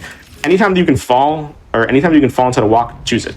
And now we're going to be going all the way down here, grabbing this cube and wall clipping through this wall. This one's kind of finicky because this wall is actually a lot thicker than you think it is. As you can see, you can just clip out through here. And now by putting this cube into this pedestal, we're activating that laser, and we are going to, ooh, look at that. Beautiful. All right, great. So now we're able to get this cube right here. And one thing that is probably very obvious, but I haven't really explained yet, is that everything is infinite in every direction. As you can see, this is just a never repeating area. And so sometimes you can fall for a very little amount of time before it repeats. Sometimes it's larger, just depending on the room that you're in. We're going to actually wall clip with this dark cube. Actually, that's a perfect wall clip. Look at that. And now we're going to be getting this animation for the orange God cube. In my opinion, the orange God cube is not the prettiest one. It's still pretty, but like it's not the prettiest one of the bunch, admittedly. All right. So that is the orange animation for the orange God cube. Admire it. Take this as a screenshot for your desktop if you want. Is there any questions so far, Emerlin, while we wait for this to run out? How do you get used to the really quick perspective changes? Like, how long does that take you? It's quicker than you think it is. Once you understand what is happening when the quick perspective changes are going on, when you watch the video, it's not that bad. And you need to like really play around with the game and really like just practice, because the more you practice, the more you're able to get familiar with the layouts of the levels, and the more you are able to just not get disoriented when you change gravity, because you know that that's what you're doing. You're just changing gravity you're in the same room. You're just like, but you know the layouts and everything, so you don't really have to worry about it. Oh my goodness, got a bit of lag there. Come on, there we go, perfect. And go back here, and now we're going to walk backwards, because that's pretty much every time that we get a God cube, we're just going to walk backwards in order to go to another area, because we can't progress forward, because that would be the end of the game. And we're going to go down here, and now we're going to, after falling down, you really want to make sure that you're holding forward when you fall downstairs, because if you stop, you're actually going to stop on like the stairs themselves. And now we are going to do another glitch known as a save ward. Essentially, we're going to save behind a portal, and then we're going to load in front of the portal. And that'll essentially bring us on the other side of the portal. Your position is saved on each side of the portal, and so when you load on one side, but you save on one side and load on the other, it'll save your position, but in like the next room, and that's where you're going to get put when you finish the load, such as like what we saw right there. And now we're going to be going and getting the purple cube, the purple God cube. However, this time we're actually going to do it a little bit differently than what we've been doing. But first, we're going to go into this room, and then we're going to be introduced to gravity changers. Essentially, they're exactly what they sound like. They change the gravity of the cubes that they interact with. You have a little bit of color inside of the cube to like really signify like, hey, what the original color of the cube was. But whatever the color on the outside is the color of gravity that it's going to be behaving this time. And now we're going to grab this purple cube, and this purple cube is actually very important. We're not going to get the cube the same way that we've been getting the rainbow and the orange cube. We're not going to get it like the quote intended way, but rather we're going to come over here and we're going to save and load again. The reason we do that is because the God cube that we get out of every single area, it's actually right there. It's right there, and we can grab it if we clip into the tree, but we have to save and load in order for it to spawn. And so right here, if the game is really behaving today and is nice to us like that, we want to clip into the tree. You want it to look like that. And as soon as you are able to find the right angle when you look at the tree, you can see that the God cube is like peeking out. But you want the right angle so you can grab it like that. That is much more precise than you think it is. It looks so much more precise. There's a reason that I did not grab it instantly, is because I was just like trying to look around to see where it is, and as soon as you see the reticle on your screen just light up like that, you immediately grab it, because if you move your mouse at all, like it'll get off. And now we're doing another save warp, and it brings me to the other side of this portal, and we're going to use the lag glitch in order to bring the cube with us. Those ones are particularly like very finicky and tricky to do, because sometimes the cubes will just disappear, because there's a specific like section between the portal in which like if a cube like up here, if a cube touches it, it'll just disappear from your hands. And so that is something that hopefully will not happen during this run. And now we're going to go back to the entrance of the purple cube area. And now we're going to do another save warp in order to get back to this main hub that'll allow us to go to the next area, which we're going to get the yellow cube at. And that one we're going to get the quote intended way by seeing the full animation and putting the dark cube into the tree. And we're going to be seeing a lot of save warps a lot throughout the run, like more than we already have been. And whenever you, of course, whenever you can like change gravity, it's really hard, especially when you're like, you did what I just did, and it's like you try to change gravity on the very edge of a platform. It's very finicky because your timing needs to be precise, but it's such a huge time saver. You can get the timing down right. It's beautiful. Like it's so satisfying. In this next room, we're actually going to solve the puzzle the intended way. The reason being, because you could save warp like through that door up there that we're going to be going through, but we do need to bring a cube through the door. We do need to like bring a cube through the door later. And now we're going to just exit and boom. There you go. Perfect. And now we're going to be bringing this cube up here, and we're actually going to be regrowing this cube, and it'll get rid of the cube. Like as you can see, it had like a yellow color or yellow tint to it, which means it was that the cube that we just got was already taken out of the tree, and it was yellow. It was the cube that changed to the yellow gravity, and so we can just grab the cube again, and it'll disappear from where it originally was. Okay, we changed gravity on the cube, and then we picked it up in midair, and I'm so glad that I got that first try because it's so satisfying to do. And thankfully, these particular cubes actually have two-way gravity, and so it's really easy to like just change gravity on them, on the cube, instead of having to like find another platform to change gravity on, which is great. We're gonna use this cube, and we're actually gonna wall clip at a very specific area because we want the cube to be placed in like a very specific way. Come on. There we go, right there. That's less for like we could have just kept going, but I wanted the cube to be put in a very specific way, just for a better time save later that we're going to be doing. We're going to be taking this blue cube, and we're going to be wall clipping into this area, or technically to this floor, depending on how you want to perceive it. Wall clipping into this floor by walking forward and clipping it, and hopefully we can get the timing for this one down. Perfect. Taking this yellow cube, and we're going to wall clip into this area down here through these stairs. They'll bring us into this room, in which we're able to grab. Oh, come on. Sometimes the wall clips don't really feel like working with me. Like so. Please? Question mark? Do you want to work with me today, game? What about this way? Just trying to bounce you off. Yeah, it's trying to bounce me. Sometimes this happens though. Like wall clips are like in itself like an incredibly inconsistent thing. Sometimes I can like save the game and then load it again. If wall clips like just aren't working. It has to like, we have this like running theory in which if you save and then load again, it'll like change your positioning in the level and just sometimes make it easier for wall clips to happen. But it doesn't really feel like it's working. What about this side?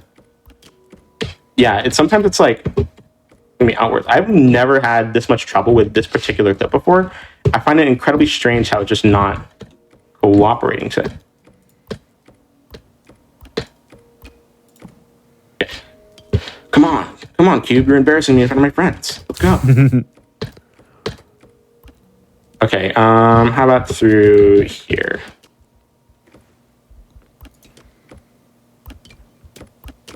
Yeah, this cube just does not want to cooperate with me. This is so strange. What? I find that to be incredibly strange. Huh. Oh, okay. But it does it through here. Like, it clips me through that wall, but it doesn't clip me through this wall? Oh, I was going to say, couldn't you just bring it with you? But now I guess you can't take the cube through there. No, I can't. Oh, I can. Let me try here. Dang, okay, yeah. It just doesn't want to work today. What if we, like, respawn the cube through here? We'd have to go, like, all the way back up. And this is just incredibly strange to me. I've literally never had this work this poorly. I'm going to save and load again, see if that helps. Was it the right Is it the right wall? Do you need to go through the glass? Yeah, you need to go through the glass. This is the area that I've always put it through. You see, like, it's incredibly finicky. Like, it's like, this isn't, I mean, this isn't like the context that we want to say this in, but this is like never happened before. Like, not to this extent of difficulty that I had with this. Oh my god. Oh my goodness. Okay, load. That's so strange. Yeah, I find this to be so incredibly strange. Okay, what about right here? Do you feel like going right here? Yeah, it's just like, it just doesn't feel like it today. That's kind of hurtful. I find it to be disrespectful, honestly. It's just mean. It's just mean. Yeah. Oh my god. Back. This is really strange. I might have to reload load game. Get a restored load. 2336. Yeah. And retry a specific thing. Okay, load game here. We might have to redo a specific area in order for this to like work, because reloading in that exact same spot is not going to be working for us, unfortunately. Like, that's really tragic to say, because it's a significant time loss, but that is something that I've literally never experienced before. But let's see if this works this time. Okay. It's a little bit of redoing the yellow portion, but it shouldn't be that strenuous of a time loss. All right. But meanwhile that we're doing that and recovering from that, does chat have any particular questions about this game or what we've seen so far, about any of the games really that we played? Someone actually did have a question earlier that I found is interesting. Mm-hmm. Is it hard to recover if something goes wrong in this run with all the really fast perspective switching? I wouldn't necessarily say it's hard to recover. A lot of the recovering that we do is just like loading again until like something works, like the way that I did it right there. And usually, because everything repeats infinitely in every direction, if you miss a platform, guess what? The platform is going to come back like in 2 seconds. And so that shouldn't be that much of an issue. Like, recovery isn't that much of an issue. It's just instances like that when the game just really does not like you. The game feels disrespectful to you sometimes, admittedly. But we're going to be putting this right back here where we were before. Hopefully this works better. There we go. Perfect. All right, let's put that here and bring that through. All right, let's see if this works this time. Because I find it strange, like the rest of the wall clips are working, but like that one specifically just didn't want to work. Yeah, Vasher in chat was suggesting that the stairs might be wrong. Might be the wrong set of stairs. I tried 2 sets of stairs here. This one, I tried this one as well and it wasn't working. Yeah. There we go. What? Easy, first try. Oh my goodness. Like, the game is annoying sometimes. And that was one of the instances in which it was. All right. Okay, perfect. Now we can go through here and we're going to get the yellow God cube. Perfect. Oh, thank you. Perfect. That's what we like to see. All right, we're going to go down through here.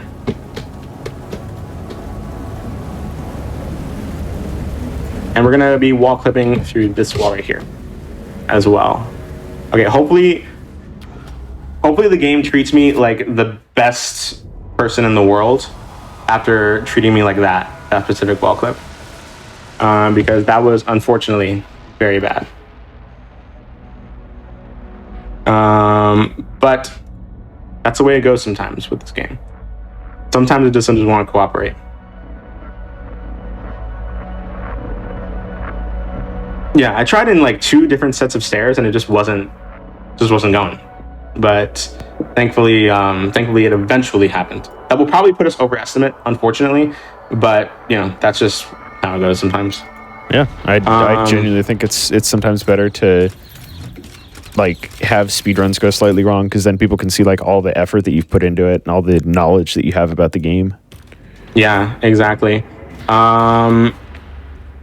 If it was a situation in which like I was like going about it wrong or doing the wrong set of stairs, then that like, but then I tried the other set of stairs and it didn't work. I mean, like, I at that point I wouldn't really know what it is that went wrong during that specific situation. Sometimes the game just doesn't want to, and that is okay. And now we're going to be going through and going backwards, essentially just to where we were before. Thankfully, we got it better the first time. And there, that's why we wanted the cube to drop down in a very specific spot when we clip through the wall at first, because otherwise you would have to like go all the way back up and grab it yourself from where you dropped it. And now we're going to be taking this and going through. Perfect. And changing gravity again. You actually can't fall through this door because the portal between the 2 areas are like weird. Like it'll stop you from falling through that portal. Sometimes you just have to walk through yourself.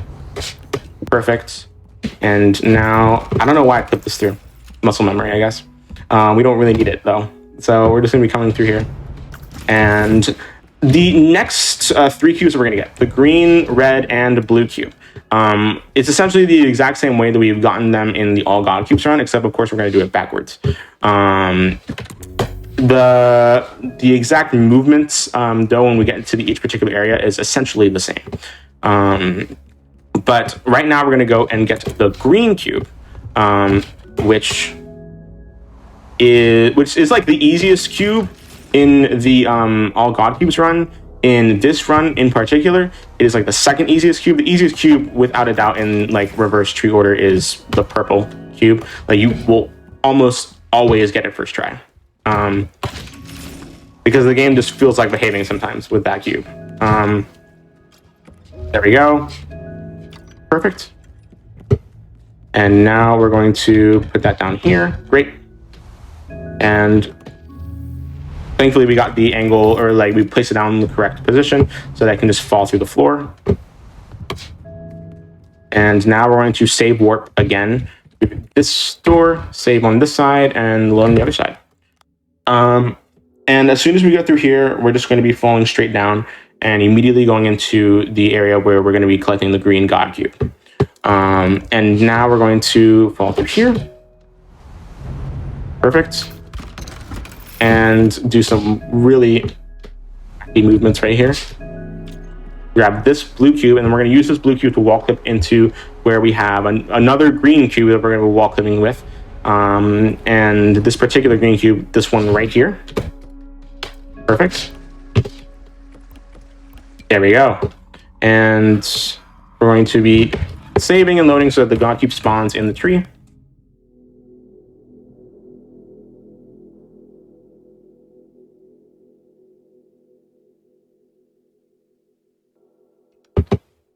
And now, hopefully, yes, first try, let's go. So there's actually a lot of different things that can go wrong when it comes to clipping into the tree. Sometimes the game doesn't want to clip you through the tree. And every single Manifold Garden speedrunner knows that sometimes the trees just do not want to work, ever in your life. They are simultaneously the most annoying thing in this speedrun, but at the same time, they're the thing that saves the most time, which is incredibly disappointing. But now we're going to put this green cube into the receptacle, and we're going to go down, and we're going to change gravity over here, get onto this arch, and fall backwards to where we came. And we're going to save warp again, but this time we're going to go out instead of in to this area. Beautiful. Okay, yeah. aside from that one, literally aside from the one wall clip in the yellow cube area, this has actually been like a really good run. It's unfortunate that happens, but you know, you win some, you lose some. And now we're going to go down, and we're going to make use of these two-way gravity cubes by changing gravity here and grabbing the second one. Excuse me, thank you. And we're going to be changing gravity and leaving this one just mid-air, like that. We're going to be putting these red cubes, one right here next to the door that we're going to exit through, and one right here to prevent this particular cube from falling down. As that cube falls down and hits that part of the wall right there. This cube is important. We're going to bring it with us. And we're going to leave it right here.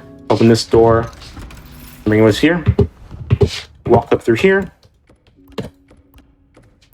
There we go. Perfect. And now we're going to come through here. And the music is going to change when we get into this room as if it intended us to do what we just did. But of course, that's not how it works. This next section, I actually am going to just stay silent for a moment because there's going to be a marble that passes through this like cube right here. And you need to change it, the direction of it based on the sounds that you see. Because you want to lead it through the tube by changing gravity. But as soon as you hear it like hit the bottom, you want to change gravity. That's when you want to change gravity. And so I just wanted to stay silent in those small specific sections to hear the cube hit the floor, and then that's when you know how to change gravity. Excuse me. Thank you. We're going to save and load one more time. This is the second to last cube that we're going to get. Unfortunately, we're not going to get like any of the cubes in like the quote intended way anymore, because the rest is just going to be with tree clips. Does the game feel like behaving with this one today? Place your bets in right now. I believe. I think the game's going to be nice to you after earlier. Yes, it is nice to me. You're right. The game is trying to apologize for me. There we go. Giving me first try tree clips every single time. I will say the most annoying tree clip in like all God cubes is the yellow one, which is I'm so glad that we don't do it in reverse tree order. And the reason that we like do different clips depending on the category, it's just for some reason we found that other clips are more consistent depending on the category you're running. Like we literally don't know why, but like it's like one of the strangest things ever. As soon as this tree grows out, we're going to be changing gravity, and we're going to be coming back here to this orange tree that we've already planted, because at the end of each section you go back to this area, and we're going to remember this area from the beginning of the game. We're going to come back to it, and I told you a few things at the very beginning of the game that I wanted you to remember. I hope you remember them. We're gonna fall through here and come and get through here. Perfect. And do you remember? Hold up. There we go. Perfect. Great.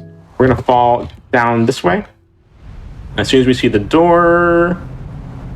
Oh, this is the wrong. There we go. As soon as we see the door. Remember this guy from the beginning of the run? Well, he's going to help us now. If he can cooperate. There we go. Perfect. He's going to help us now. He was a surprise tool that was going to help us for later. And we're going to come up here and just fall down to this part, open this door, and we're going to get the first like cube of the run, technically, like first intended cube of the run. And now we're going to jump down here and get the final God cube. And we're going to just load the game here. Yes. So that the God cube can spawn. All right, wonderful. And now we are going to clip it through here. Does the game want to give me first try clips with this one? Nope, it doesn't. Yeah. So like the thing that I'm doing right now and reloading in the game, like just not wanting to cooperate with these clips, that's exactly what happened in like the yellow cube room, except to an extreme that I have never seen before. Like, yeah, like literally it's the exact same thing that's happening. Typically speaking, you would like save and reload the way that I'm doing right now, and it would only take you like 2 or 3 more reloads in order for the game to like cooperate. But in that yellow room, it really just didn't want to cooperate. It might not be cooperating here right now, honestly. Yeah. All right, place your bets in. How many loads is this going to take for me to like actually do this properly? How many loads is it going to take for the game to be like, fine, we'll give it to you? I'm gonna say 3. 3? Oh, this is the third one. Oh my God, you're right. Look at that. Let's go. And come on. There we go. Perfect. And now we're going to do another save warp, the last save warp of the run. Okay, perfect. And then show it again. Bam. I keep getting those wall clips first try, or like the lag plates first try. It's absolutely amazing. And now we're going to be putting this final cube into the pedestal. Falling backwards. And in each section, like in each area, if you like look hard enough, there's actually like a fast travel area, like a location, like right here. And now we're going to fast travel to where the rainbow room was. This like little area in which you can see the different areas that you've been in, that is available in like every essentially every area, and so we thankfully can just use it to travel from blue to rainbow. We are approaching the end of the run. This is one of the portals in which you have to actually walk through because the game doesn't like it when you fall through it. It'll just stop you right then and there. You saw me stop on nothing, and that's why. And we're gonna fall down, and you're gonna use this waterfall as, oh, come on, there you go, as a platform, because when you're not in the same plane of gravity as it, it'll like just turn solid. This particular section, it's supposed to stop us from like from changing gravity, but if you change gravity in a very specific way, in very specific points, you can actually walk over that trigger that will prevent you from changing gravity. And now we're just gonna fall here. What's the timer at right now? Question mark, if you don't mind asking. Just under 35. Okay, yeah, that's how I figured, because like that one room was absolutely ridiculously awful to me. It lost me minutes, but like it was so strange. But yeah, that is Manifold Garden. Timing will come up in like 30 seconds after the end of this fall when the kaleidoscope comes up, and so it's an unfortunate run. Not like the best one. I've like literally never had one that went that poorly before. Like in the clips just don't want to cooperate, but it is what it is. That's time. And that is Manifold Garden Reverse Tree Order. So I highly recommend getting into this game. I mean, I say that with all the games that I run, but that's why I run them, because I want people to get into them, and I think they're great. So Reverse Tree Order is a really interesting category in that you just play the entire game backwards. But there's also all God cubes. Me personally, I like Reverse Tree Order more, just because of the outcome of it, and I'm super excited to show this off, and more like smaller marathons I'm gonna be submitting to as well. And I'm super excited to show it off here at HotFix. And I'm hoping that, you know, this will help get some people into it. And yeah, that is Manifold Garden Reverse Tree Order. I forgot how much this costs, but it's pretty much on like every single major store, like GOG and Epic Games, and also Steam. And it's also on consoles as well. So if you want to run that on console, you can. I highly recommend this run. It's beautiful. It's great. And this game itself is beautiful. It is actually on a 50% sale right now on Steam. Oh, so yeah. if you're trying to pick this game up. Should. But yeah, we have one more game to show off. If you have gotten tired of my face, we're still here for like another hour. So enjoy. But that is, yeah, so too bad yet. Yeah, we still have one more run, and it's Lightmatter, and that one holds a very special place in my heart. So I'm excited to show that one off as well. I'm hoping that I can get you all into that one too. And I'm going to have a wonderful commentator with me as well for that one. I'm not going to be talking alone. But that's going to be all for Manifold Garden. we'll be back with one final run of the night. See y'all in a bit. All right. Welcome back, everyone. Final run of the night. One quick announcement, as always, before we go. If you're watching this on YouTube and you missed any of the previous runs by Osborne or the Super Mario Brothers randomizers from earlier, go to youtube.com/gamesdonequick to check them out. VOD will be up in about 48 hours.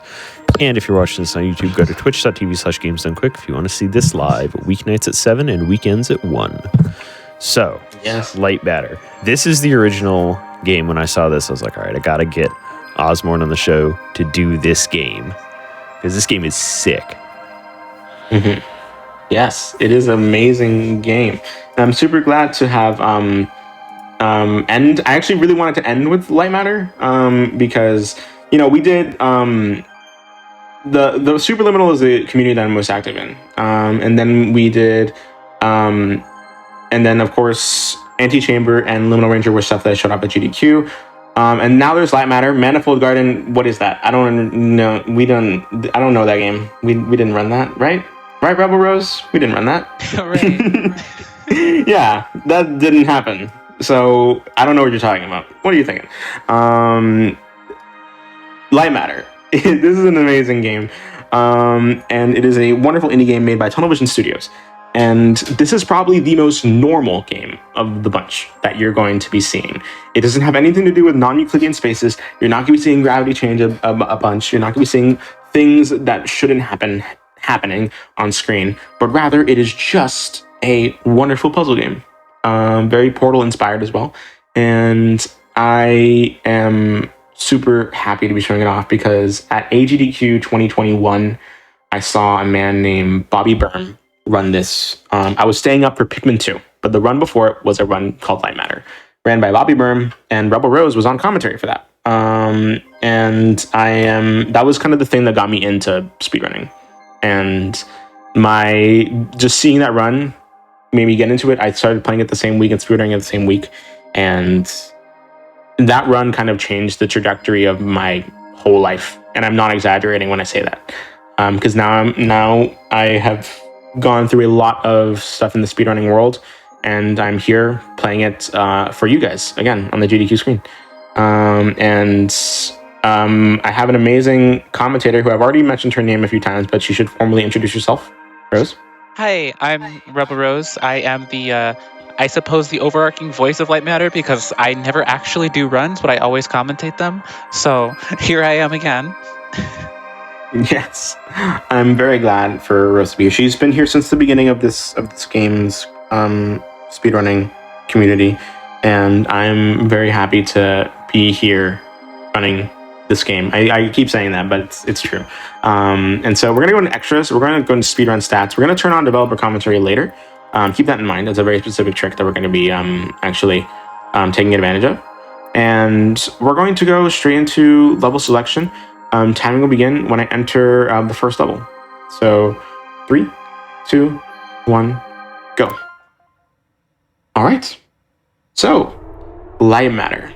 Any percent, no major glitches. Lightmatter itself is a game in which the shadows will kill you. It's like, as the game describes it, the floor is lava, except with shadows that eat organic material.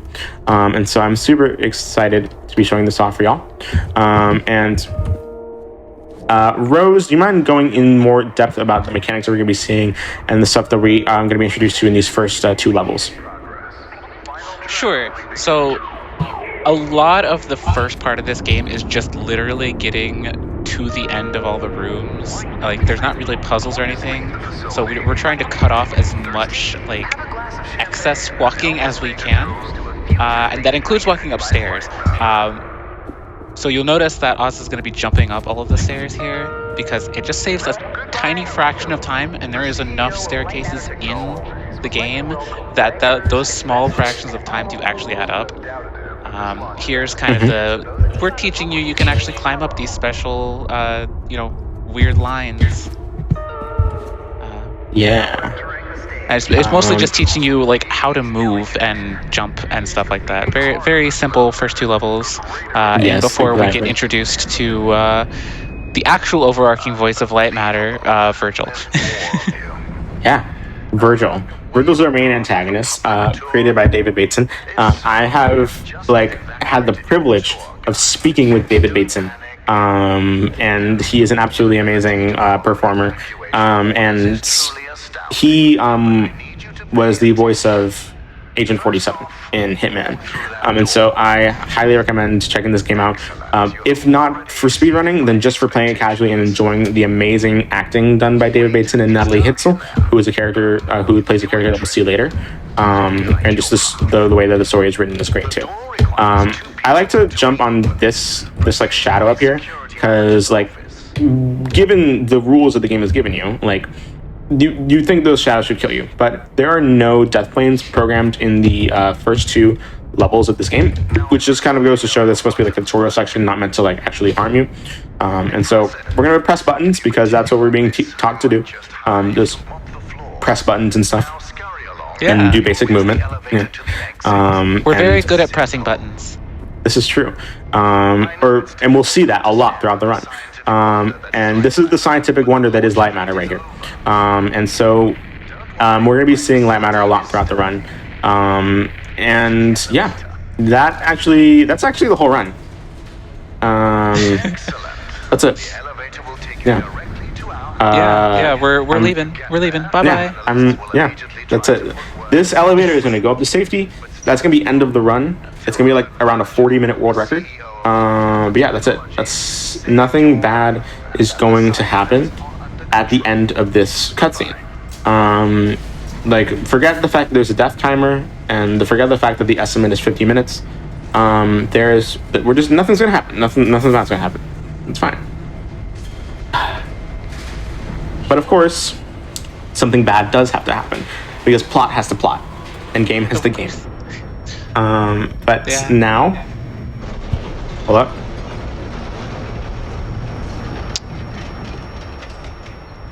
Lightmatter. Come on. Title screen. Lightmatter. I was trying to time that. I was just like, well, come on, game. Please work with me. I have my hands on everything. Just trying to go for dramatic effect here. Okay. But now, level 3. From here on out, all of the shadows will kill you, with specific exceptions that we'll get into when we get there. But in this first level, we're just like introduced to like just the basic mechanic of how the shadows work.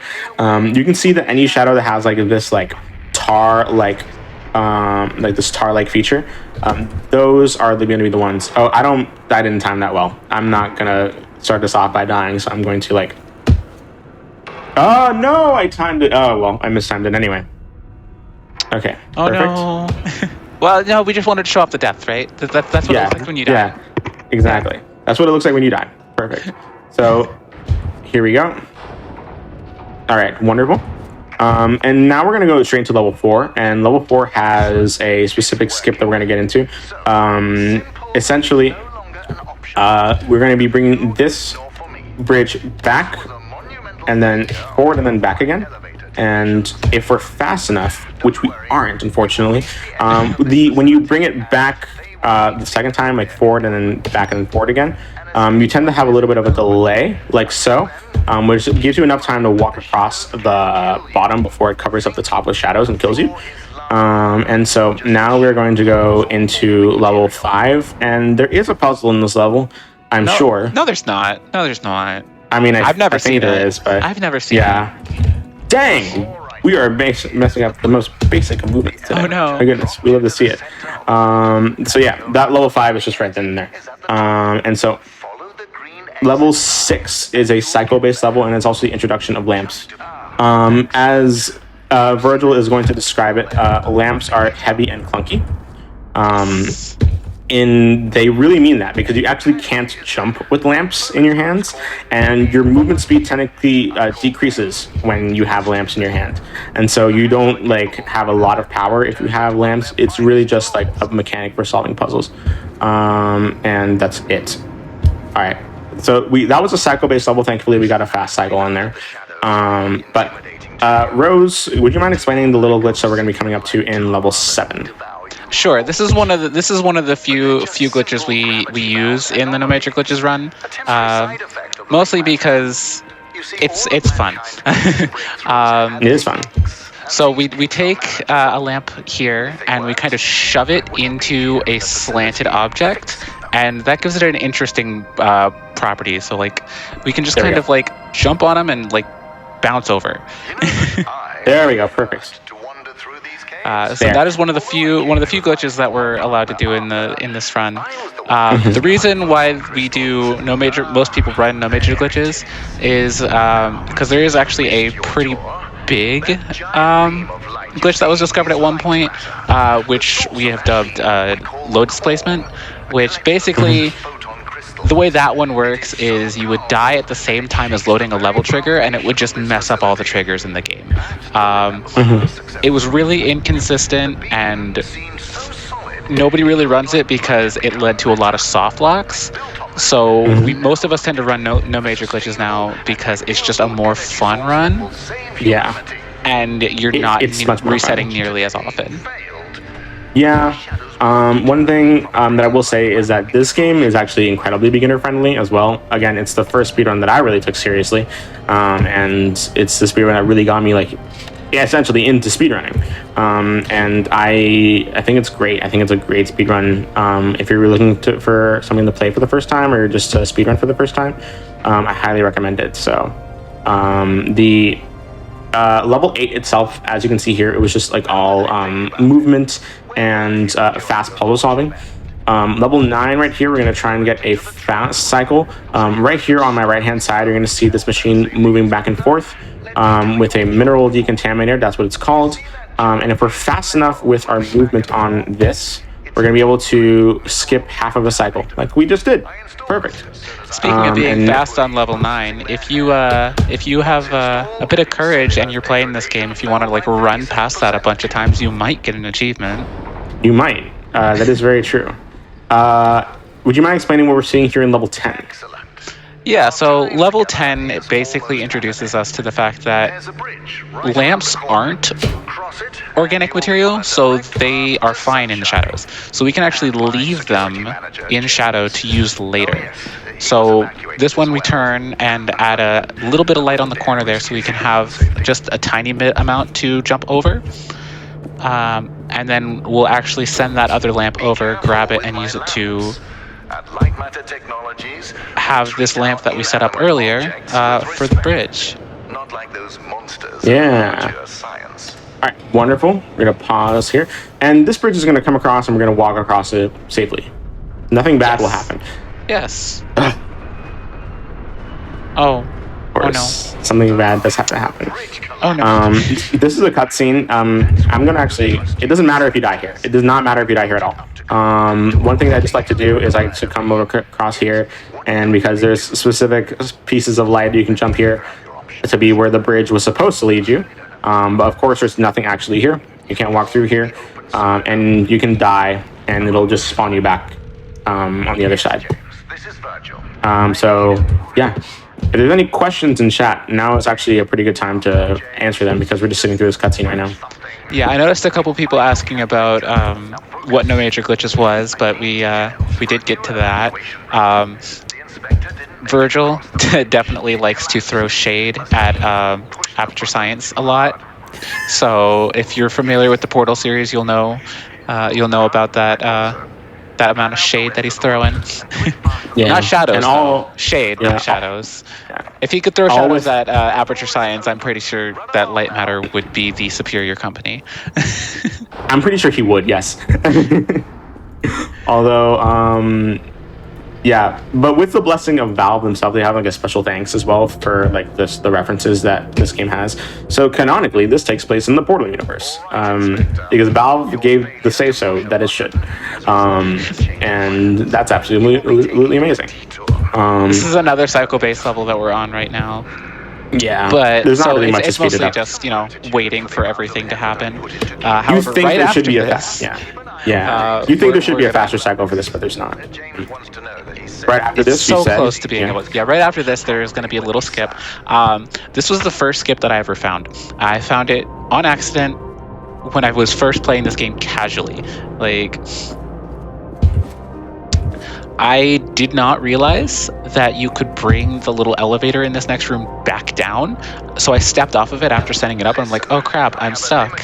But I paused and hit retry level, and I noticed it spawned me in a completely different spot. Why does it do that? The level change trigger is actually different from the level start location. And theoretically, like with a task, you could probably cut out a lot of time, but we're humans and we're not that fast. We just walk through most of the triggers. This is one of 2 that we use it for. It's quite literally just it skips a little bit of a section of the run. That first one only saves a few seconds, but we have another one later in the run that is going to save about 2 minutes. Yeah, exactly.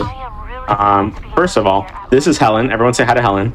Or Ellen. I don't know why I said Helen. Helen? Who's Helen? I have no idea. I don't know that woman. I've never seen that woman in my life. Ellen is the person who is speaking right now, voiced by Natalie Hitzel, who is an absolutely amazing actress. And Ellen, my goodness, I keep doing this. Ellen is the voice of reason. Whenever you see us in this like pinkish areas, we're going to be hearing voice memos from Ellen. And she's going to be trying to like unveil all the secrets of Lightmatter. And now that we're here in level 13, we're kind of in like this underground section with like all of these all the fans. And level 14 has a very interesting skip that we're going to be doing. There's multiple variations of the skip, one of which objectively saves more time than the others, of course. But we're going to be doing a specific. Oh my goodness, what did I just do? Huh? Before I could do or say anything, he just said it's for the better. All right, cool. What? I don't know why that confused me so much. Okay. Now we're going to be coming back through here and bringing that lamp right here. And we want to really go on the very edge of this lamp without like being completely off, because chances are the game will actually push you off of the fan if you're too far to the edge when you like press the button and it moves. Right there, we were able to just be in a very specific spot in which we were able to be on the fan and then press the button in order to move with the fan and not be pushed off of it. But right here, we're going to be going into level 15, in which Virgil is very confused about how we got here. But we just followed the way. That's all right. Yeah, we took a shortcut. We're speedrunners. We're good at that. Exactly. Excuse me. Thank you. And right here, we're going to use a full cone of light right there. Boom. And there is technically a way to make this level faster, but we haven't decided if it's like, I don't know if we ever actually decided if it's like a thing that we should allow in the major pitches. But that's still kind of up for discussion. This particular section of the run, like mid-run, from level 15 to like level like 21, it is like one of my favorite sections of the run, just because of the movement being incredibly satisfying. And this level is no exception. And right here, we're going to make use of the fact, oh, I got blocked by the lamp. Unfortunate. Oh no. So whenever you pick up a lamp in this game, it snaps the cone to in front of you, so that way no matter what, you always can control where it's facing. But we take advantage of that right here, so we can skip using an entire lamp. And in fact, the fact that the game does that is actually used in this next puzzle here as a way to kind of trick you when you're playing casually. Because you need to keep that light on at all times. Once Lightmatter makes its way into the world. But if you when you're playing casually, you know, you're like, oh, I need to go get this light again, and then you turn away and it closes the door and Virgil laughs at you. Aren't you picking it? Wait, why is it not giving me the option to pick this up? Okay, there we go. I don't know why it was only giving me the option to pick it up at a very specific angle. But like I had to like quickly turn so that the door doesn't close on me. I don't know, that was strange. That is like a specific glitch that has been happened before, but I've never seen it presented in that way. But the game just likes being finicky sometimes, I suppose. Levels 18 and 19, we're going to use the same trick in a different way. We're going to kind of abuse the way that light and shadows work in this game a little bit. It's not really a glitch. It's more just putting light in a very specific exploit, pattern. if you will. Yes. In exploit, if you will, yeah. because the way that the game kind of tracks you is like whether or not you're in a shadow is a little interesting. It's there's a series of like detector points around your character that if enough of them are in shadow, the game's like, oh, you're in shadow. That was an amazing level 19, by the way. I just wanted to mention that. That is such a reset point in runs because you can mess up on that one so easily.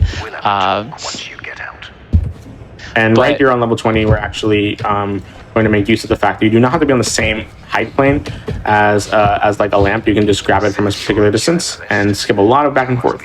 But what were you saying about the points around your feet? Yeah, so if enough of them are in the shadow, the game considers you in shadow and will do the death animation for you. However, if only a fraction of them are, it's like, oh, you're okay, you're still safe. So we kind of abuse that in those two levels, and then in another trick that some people do later on in the run. All right, yes. And right here, we're actually introduced to the concept of like strafing with the lamps in order to keep the light onto these sensors. And casually speaking, when they were like playtesting the game, that was actually a mechanic that like a lot of people like couldn't catch on to, strafing with the lamps, because up until that point you were kind of always taught to like just walk forward with the lamp or just keep the lamp in a specific place. And so that is an interesting mechanic that gets introduced there in level 20. Level 21 itself is actually not like that, not that interesting. It's just like a transition area between level 20 and 22. But when we get back to this exact same map in level 23, it's going to be a different, we're going to have actually be introduced to a very specific skip that we're going to be seeing.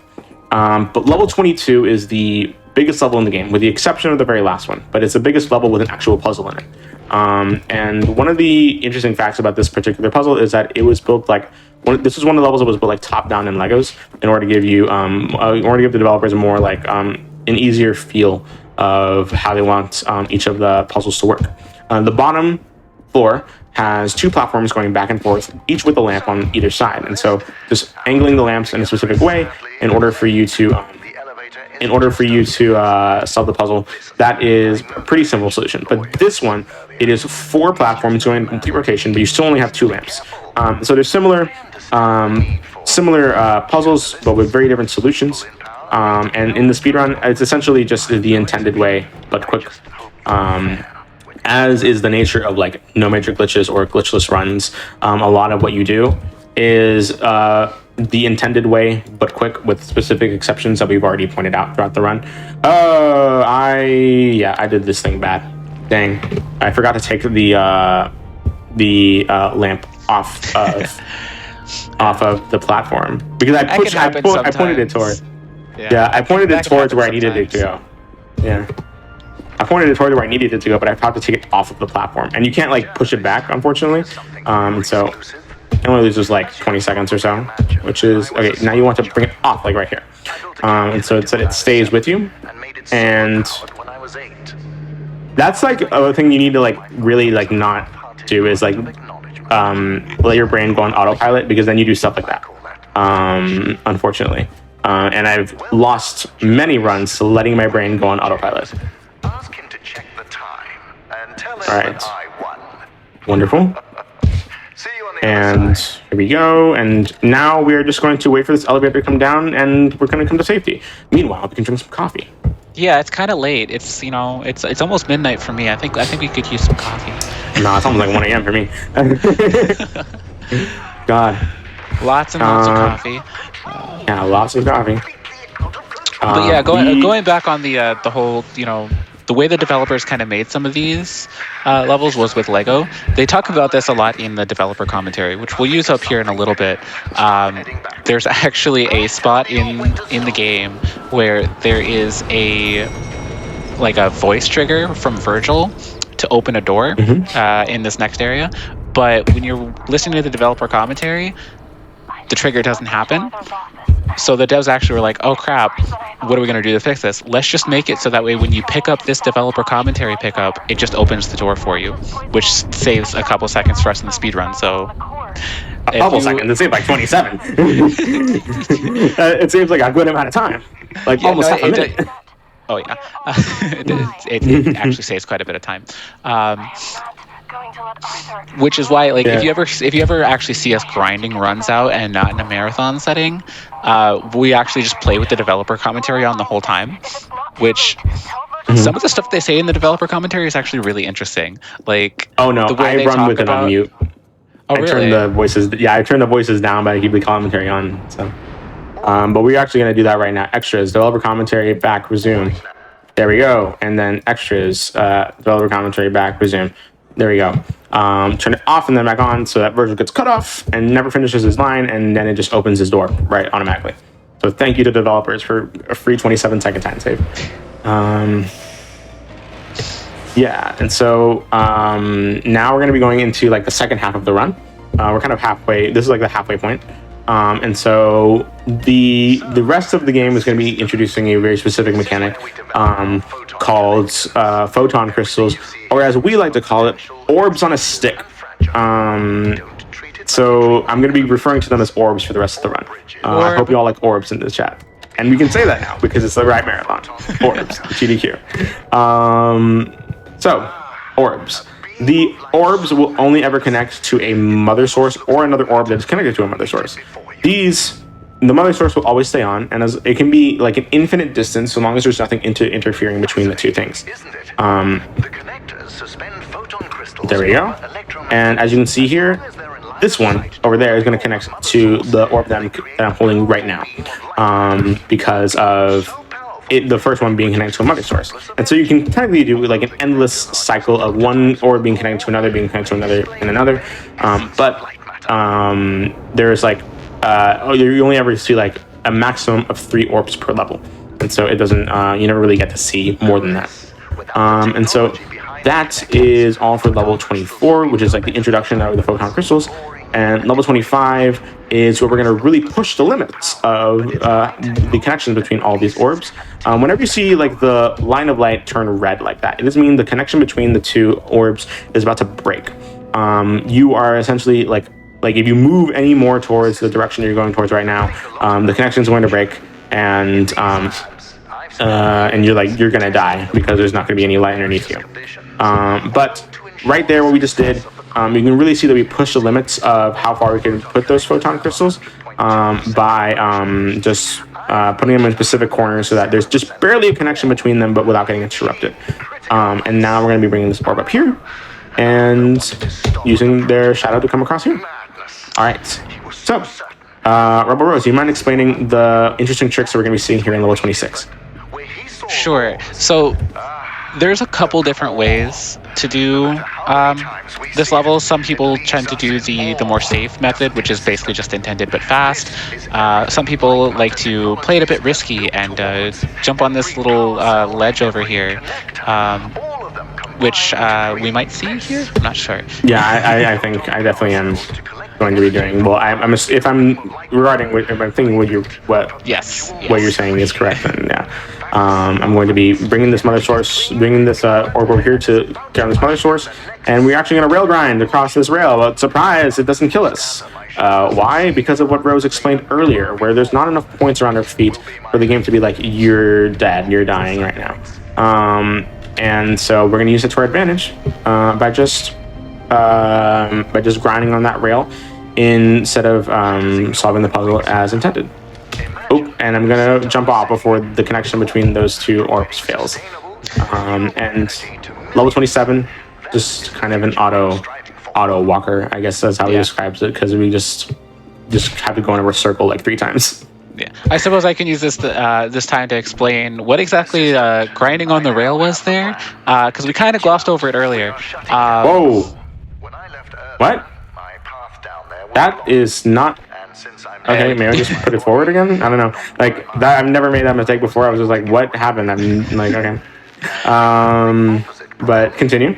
Yeah, so the rails in this game in the beta for this game, you could just walk on the rails, and the devs were like, "Oh, you can kind of get to places where you're not supposed to. So we're gonna make it so the rails will like slide you off." However, if you're really, really good, like with keeping yourself level, you can actually still slide along those rails in a lot of cases. We actually use them quite a few times in this run, and in level 36 possibly. For a very special skip, if we can get it. Yeah, we'll try it. We'll try level 36 skip. Whether or not we'll get it is up for debate, but here in level 28 is a wonderful particular skip we're going to be doing. This game is, even though it's like no major glitches, it is loaded with skips in a lot of levels. Level 28 being one of them, in which we can put this photon crystal right here on this corner right here. And then this one, it doesn't really matter where you put it, just anywhere on this ledge. And we're going to be bringing this platform back over and taking this orb, putting it back on. And we're going to be putting it right here, and this barely gives us enough space between light sources in order to jump across. And if you had a really keen ear, or you just have played this game before, you know that in my left earphone, in my left headphone, you probably heard Still Alive from Portal being played on a radio station. It is a wonderful Portal reference. We're going to see one more Portal reference that I'm going to point out when we get there. But right here in level 29, no one likes level 29. Nobody likes level 29 because it's slow. It's kind of it's boring for the speed run. Like, it's really interesting when you're playing this level casually. But like, as far as like speed running is concerned, there's literally nothing we can do to speed this level up. At least not in anything other than an IL run. Aim? Thank you. Okay. Okay, so this is a specific thing that like it keeps happening throughout this run for some reason, but it happens more often when you put two items together in a very specific way in which you can't really like grab them like head on. You have to grab them at a specific angle, the way that I just did right there, because like you can't grab them until like the game until you're like crosshair turns into a circle, and then you pick them up. But sometimes the game doesn't feel like cooperating with you on that front, and so that is just unfortunate, but it's something that we deal with every now and again. Okay, now we're going to go straight into level 30 after this. We're just going to be doing some more back and forth in this section. But as Rose said, there is a way to speed this up, but like not in a way that is actually viable for a full run. Because our wonderful glitch hunter Ralcor, shoutouts to Ralcor, found a way for you to like keep your own positioning in the level, but take back or like move all the props back to their original positioning. And so, including in level 29, he has found ways to like move in order to move specific props and make it easier for you to solve the puzzle faster. However, that involves quitting the menu and then quickly restarting the level that you're in. And so because you did both of those in really quick succession, the game thinks that you're in level 1, even though you're not in level 1. And so whatever the next loading zone is, it's going to like bring you to level 2, which is unfortunate. You can do it in IL technically, but like it's not viable for like a full game run, which is unfortunate. This is another level in which it's really easy for you to like just go on autopilot when it comes to turning these orbs on these platforms, but thankfully that is not an issue here. And that is pretty much the end of level 30. Level 30 is unfortunately one of those ones that we aren't able to speed up either, because it's just like the intended solution to fast. It is short though, at least compared to level 29. Yeah, the only reason that like we don't like level 29 is because it's long and it's the intended version, but it's fast. All the other ones that are like intended but fast are just shorter, so it's not that bad. But level 31, we're gonna press this button, and then we're going to go to safety. Right. Exactly. That bridge is gonna come over here. Definitely not the third time that we're gonna get faked out. It's definitely not like comedy comes in threes or anything like that, right? Actually, this is the fourth time we're faked out, technically. That's true. Yeah, the elevator and then the bridge, and the elevator again and then the bridge. and then this bridge. We're just gonna walk Elevators across. and bridges, we're just not good at. We're just not good at. Exactly. Unfortunate. We don't You're have right, enough Virgil. finesse. I do need to handle bridges with more finesse. You're so right. It is totally not like, I don't know, a health and safety violation. It's just my personal failures that has caused me to be in this situation. You're completely right. Well, I mean, we are moved a health and safety inspector, right? No, we're the assistant right now. We're the assistant. We're the assistant right now, yeah. Our identity changes a lot throughout this game to whatever Virgil says it is. Right here, level 32, we're going to explain a very specific trick. Again, really pushing the limits of how far we can push these connections. And we're going to be putting this photon crystal right here. And then we're going to be bringing, excuse me, thank you. We're going to be, that one's always finicky for me. We're going to be bringing this photon crystal right here. I'm going to be doing a little bit of safer strat by bringing this guy. Oh, what? Okay. Yeah. That's what I mean by that can it's happen like finicky. sometimes, yeah. The intended solution for this level is to go back out into the hallway over and over again, but that's, long and slow, so we usually go with the faster route of just not going back out to the hallway. Yeah, exactly. There is a riskier way of doing that strat, but I never do it because I always fail at it, and it's like it loses more time than just taking like an extra second or two to move the orbs and make them more in a straight line, But right here, we're going to be doing rail grinding, super fast rail grinding, because sometimes when you rail grind across rails and you're like walking off of a moving platform, you can conserve the momentum that you get from the moving platform, which is convenient. And now we're going to be putting this photon crystal back and having it light that sensor up so we can move on. Level 34 is just a lore dump. It's a very important piece of lore, but I've completely forgotten what it was because I've just been speedrunning this game a lot. Yeah, well, the lore basically is like, oh hey, the people that are in charge of this facility aren't actually like, the most competent people or the most ethical people. Capitalism.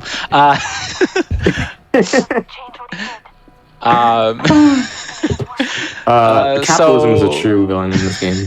We all know. Honestly, so they made shortcuts, and one of the people at the higher ups was like, "Oh, hey, there's actually something wrong with Lightmatter. Let me do some experiments to see if I can fix what's wrong." The thing that was wrong is, of course, the fact that it creates shadows that eat organic material. So this is like this person's laboratory. Where he did some experiments to try and fix what was going on, which is why you'll see at kind of the end of this, we're walking in darkness, but we're not dying. Exactly. And so because the experiment worked, but on a small scale. So this is kind of our preface to the final level, where we do this exact same thing, but on a much larger scale with the giant beam in the center of the facility. I should have mentioned a little bit of a photosensitivity warning before that. Considering what I saw from your other two runs, I'm pretty sure the people in chat know about the photosensitivity warning by now. Fair enough. And okay, so as Rose said, these shadows are normal. Surprise, they're not scary. And we're just going to be going across here, and these tar-like shadows is what's is like the only ones that are actually dangerous to you. But now we're going to go into level 35. And I want you to pay attention because this is the final portal reference that we're going to be seeing here in this level. Come on. There we go. And now we're going to come through here. And I want you to look to your left right now. You saw a turret and a weighted storage cube in that room right there. It is not a companion cube, and I know that because Rose corrects me on it every single time that I call it a companion cube. Yes, exactly. You're right. Companion cubes are pink, they have a heart on them, and they sing. That one did none of those. Right. Exactly. There are three important facets of a companion cube, and it did not have any of them. But right also, here, I just noticed we have Lycos in the chat right now. Hi there. Hey, Lycos. Should you be asleep? It's like 6 a.m. Lycos is another runner of the game. Also a mod for the leaderboards. Great person. Hi. Yes. Good to see you.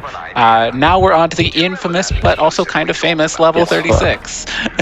Gonna put this guy on here. Always kind of famous. I'm gonna try level 36 skip just to see if we can get it live on GDQ HotFix. Yes, we've actually been pretty good about getting this during like marathons and other like showcases before. So we'll see how it goes. Okay, that's one. I said every time that I do this, I said I'm gonna try it 3 times. So Yeah. we're gonna try it 3 times. Nope, that's 3. That's 2. Sorry, and this is the 3rd time. So this is so much harder than it looks, guys. I promise. Yeah, that's 3. Yeah, the moment that you like get stuck on there, that's essentially like that's it. That you can't really try anymore. And what we're trying to do there is essentially we're trying to get like a bump up so that the game pushes up onto this platform that we're supposed to be going on right here.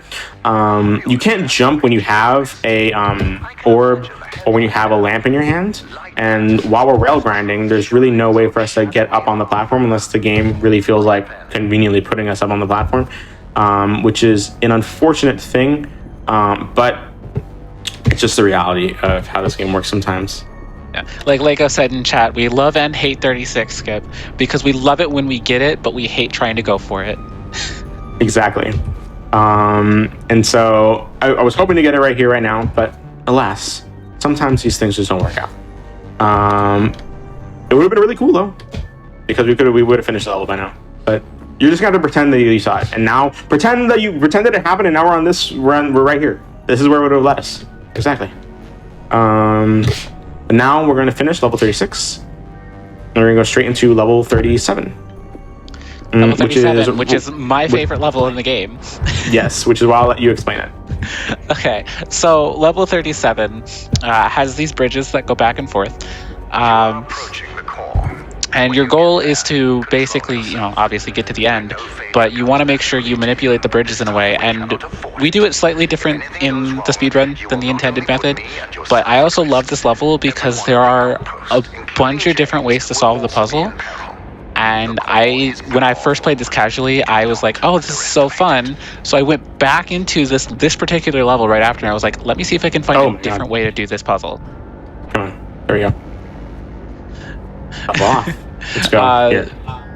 The intended solution is really fun because you kind of just walk in a figure 8 the whole time. Mm-hmm. And it's really great. The way we do it in the speedrun, though, is a little different. We actually abuse the fact that the orb and lamp position is actually based on where you are holding it from your character model. There we go. So we kind of use it to, just barely keep it from activating that little switch and sending us to our doom. And we get to the end of the level. This was what I talked about earlier, back at the towards the beginning of the run, where that one skip that I found accidentally casually saved us 2 minutes in a run, because we use it again here, and it skips an entire 2-minute elevator ride. It does, you're right. But unfortunately, we do have to sit through another 2-minute cutscene. Wah, wah. Yeah. If there's any questions in chat, we have 2 minutes. You can ask away. Yes. Ask any questions. I will look at them and I will tell you. Or if Amerlin has any questions, at least, as well. Yeah. Magnificent. Journalist, are you seeing this? Even without the mother sources, the core So, can power itself. have you, since this is very visually similar to like a lot of the Portal stuff, have you tried any like movement exploits that are present in like Portal or the other Source games? That's actually ABH and stuff like that. that's actually really interesting. There used to be on an older patch a very inconsistent movement kind of glitch that happened, where basically you could double jump. Which is what kind of Oz is fooling around with here. There used to be a way on that patch to jump on that little camera right there and hit a death plane and skip this cutscene. But we don't run on that patch anymore, so that was unfortunately passed out. But it was really interesting because it added to a bunch of different IL skips that we found. Where you're just jumping multiple times in the air for no reason other than the fact that the game thinks you're still on the ground if you're spamming your jump inputs fast enough. Nobody here is Yeah. Here's the thing, like I've tried it out before, and I feel like either like I was hallucinating or like it happened and I just like no one believes me. But like I feel like I have had it to where I can double jump on the patch that I'm currently playing as. I wouldn't doubt it if I just like was imagining things, but like I feel like it happened at some point. But right here, we're just gonna go straight into one last level, which is level 38. This is the actual longest level of the game, but there's no like puzzle solving or anything like that. We just go into it's like a huge escape sequence, and it is a puzzle. It is a level that like does not load all at once. It loads in chunks because the level is so big. It just loads in chunks. But you sure you don't want to stay in that room for 20 days? You know? Yeah. Well, if you do, you might find something. We almost spoil what though. Not 20 days though. 20 minutes is all it takes for game time. Exactly. And so right here we're just going to go down, and this level is all based on like cycles, and hopefully we can get some fast cycles here. More particularly, I'm gonna try and get this fast cycle. Oh dang it! Nope. I was really risky on that one, but it did not pay out in my favor. But the good thing about like dying in this level specifically is that you actually have faster respawns, because you know the game is like very tense and very fast paced right now, and so they don't want you to like, you know, they don't want to like interrupt the flow of the level by having really slow respawns. And one thing about the cycles in this level is, as I said, since the level is loaded in chunks, like if you miss like one cycle, it does not necessarily mean you're gonna miss the next cycle. And so as long as you get all of the cycles within one chunk, you're pretty good. I don't like this, but I think this will work. I don't particularly like this. It's fine. All right. Every time I see this, I always end up falling off. No, yeah, I was just like, no, you just kind of keep holding forward. Just like keep holding forward and hold on to the ledge. All right, can we get the fast cycle here? Question mark? Yes, okay, that's definitely good enough. Perfect. Amazing fast cycle, so we don't have to come across. I'm just gonna wait here because I know for a fact that this fast cycle that doesn't technically save any time. Oh, beautiful. All right. All right. Is there anything more that you want to kind of explain about level 38 now that we're here, Rose? Sure. Well, you know, this level is, you know, we've already talked about the fact that it cycles and that, you know, not all the cycles start all at the same time because of the chunks. But what I really love about this level in particular is just the movement, because it's so fluid, and you can just kind of get into a groove with it. You have faster movement speed in this level than you do in the other ones. Yes, you also are like quite literally running through this level, and we're going to try and get a slightly faster cycle here, which if we fail doesn't actually lose us time, which is great. Beautiful. Amazing. That was an amazing fast cycle. It saves time if you get it, but it doesn't lose time if you fail it, which is what we love in cycles. Yeah, amazing. And one thing about this level is that now Virgil, when we turned off the cameras, Virgil is just like, where are you? And now he realizes where we are, and he's actively trying to kill us now that he's turned the cameras back on.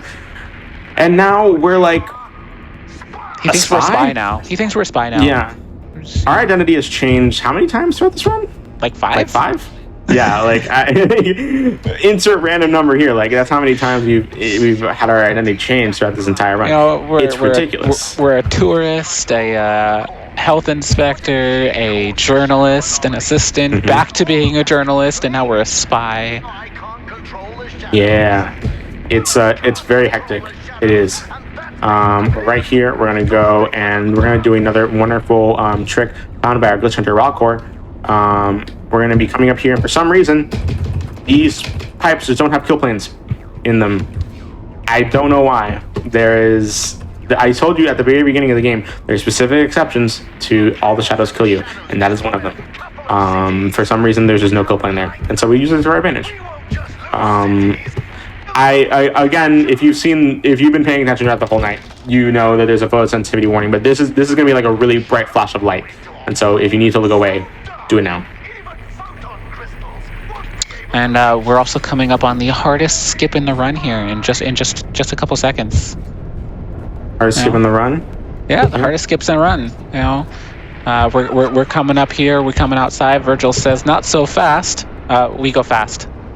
Yeah, exactly. Hardest trick in the run. Hardest trick in the run. We're still going fast. It is.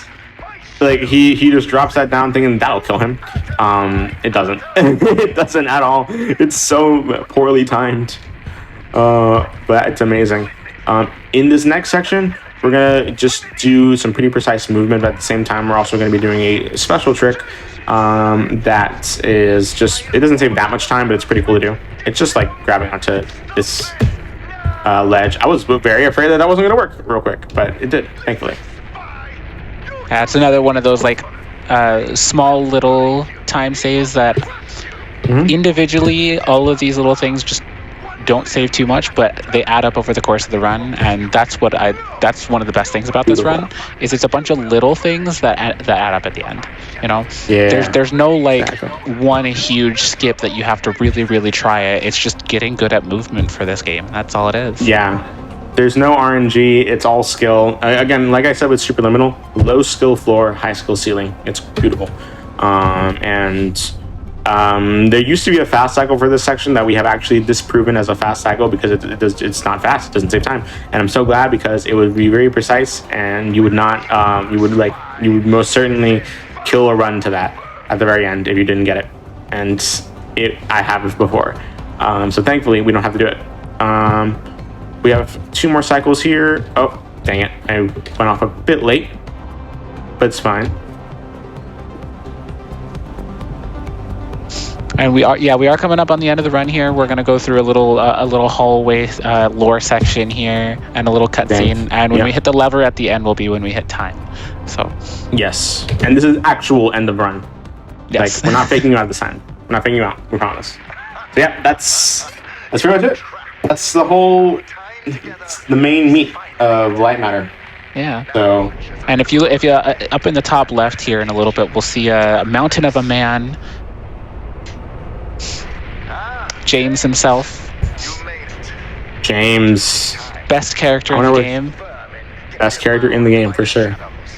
I always like to think that he physically takes his hands and stops the doors from closing here, even though he probably just presses a button. But the way I think of it is he's physically stopping the doors from closing. Yeah, he is. Because he's a mountain of a man. He is in spirit.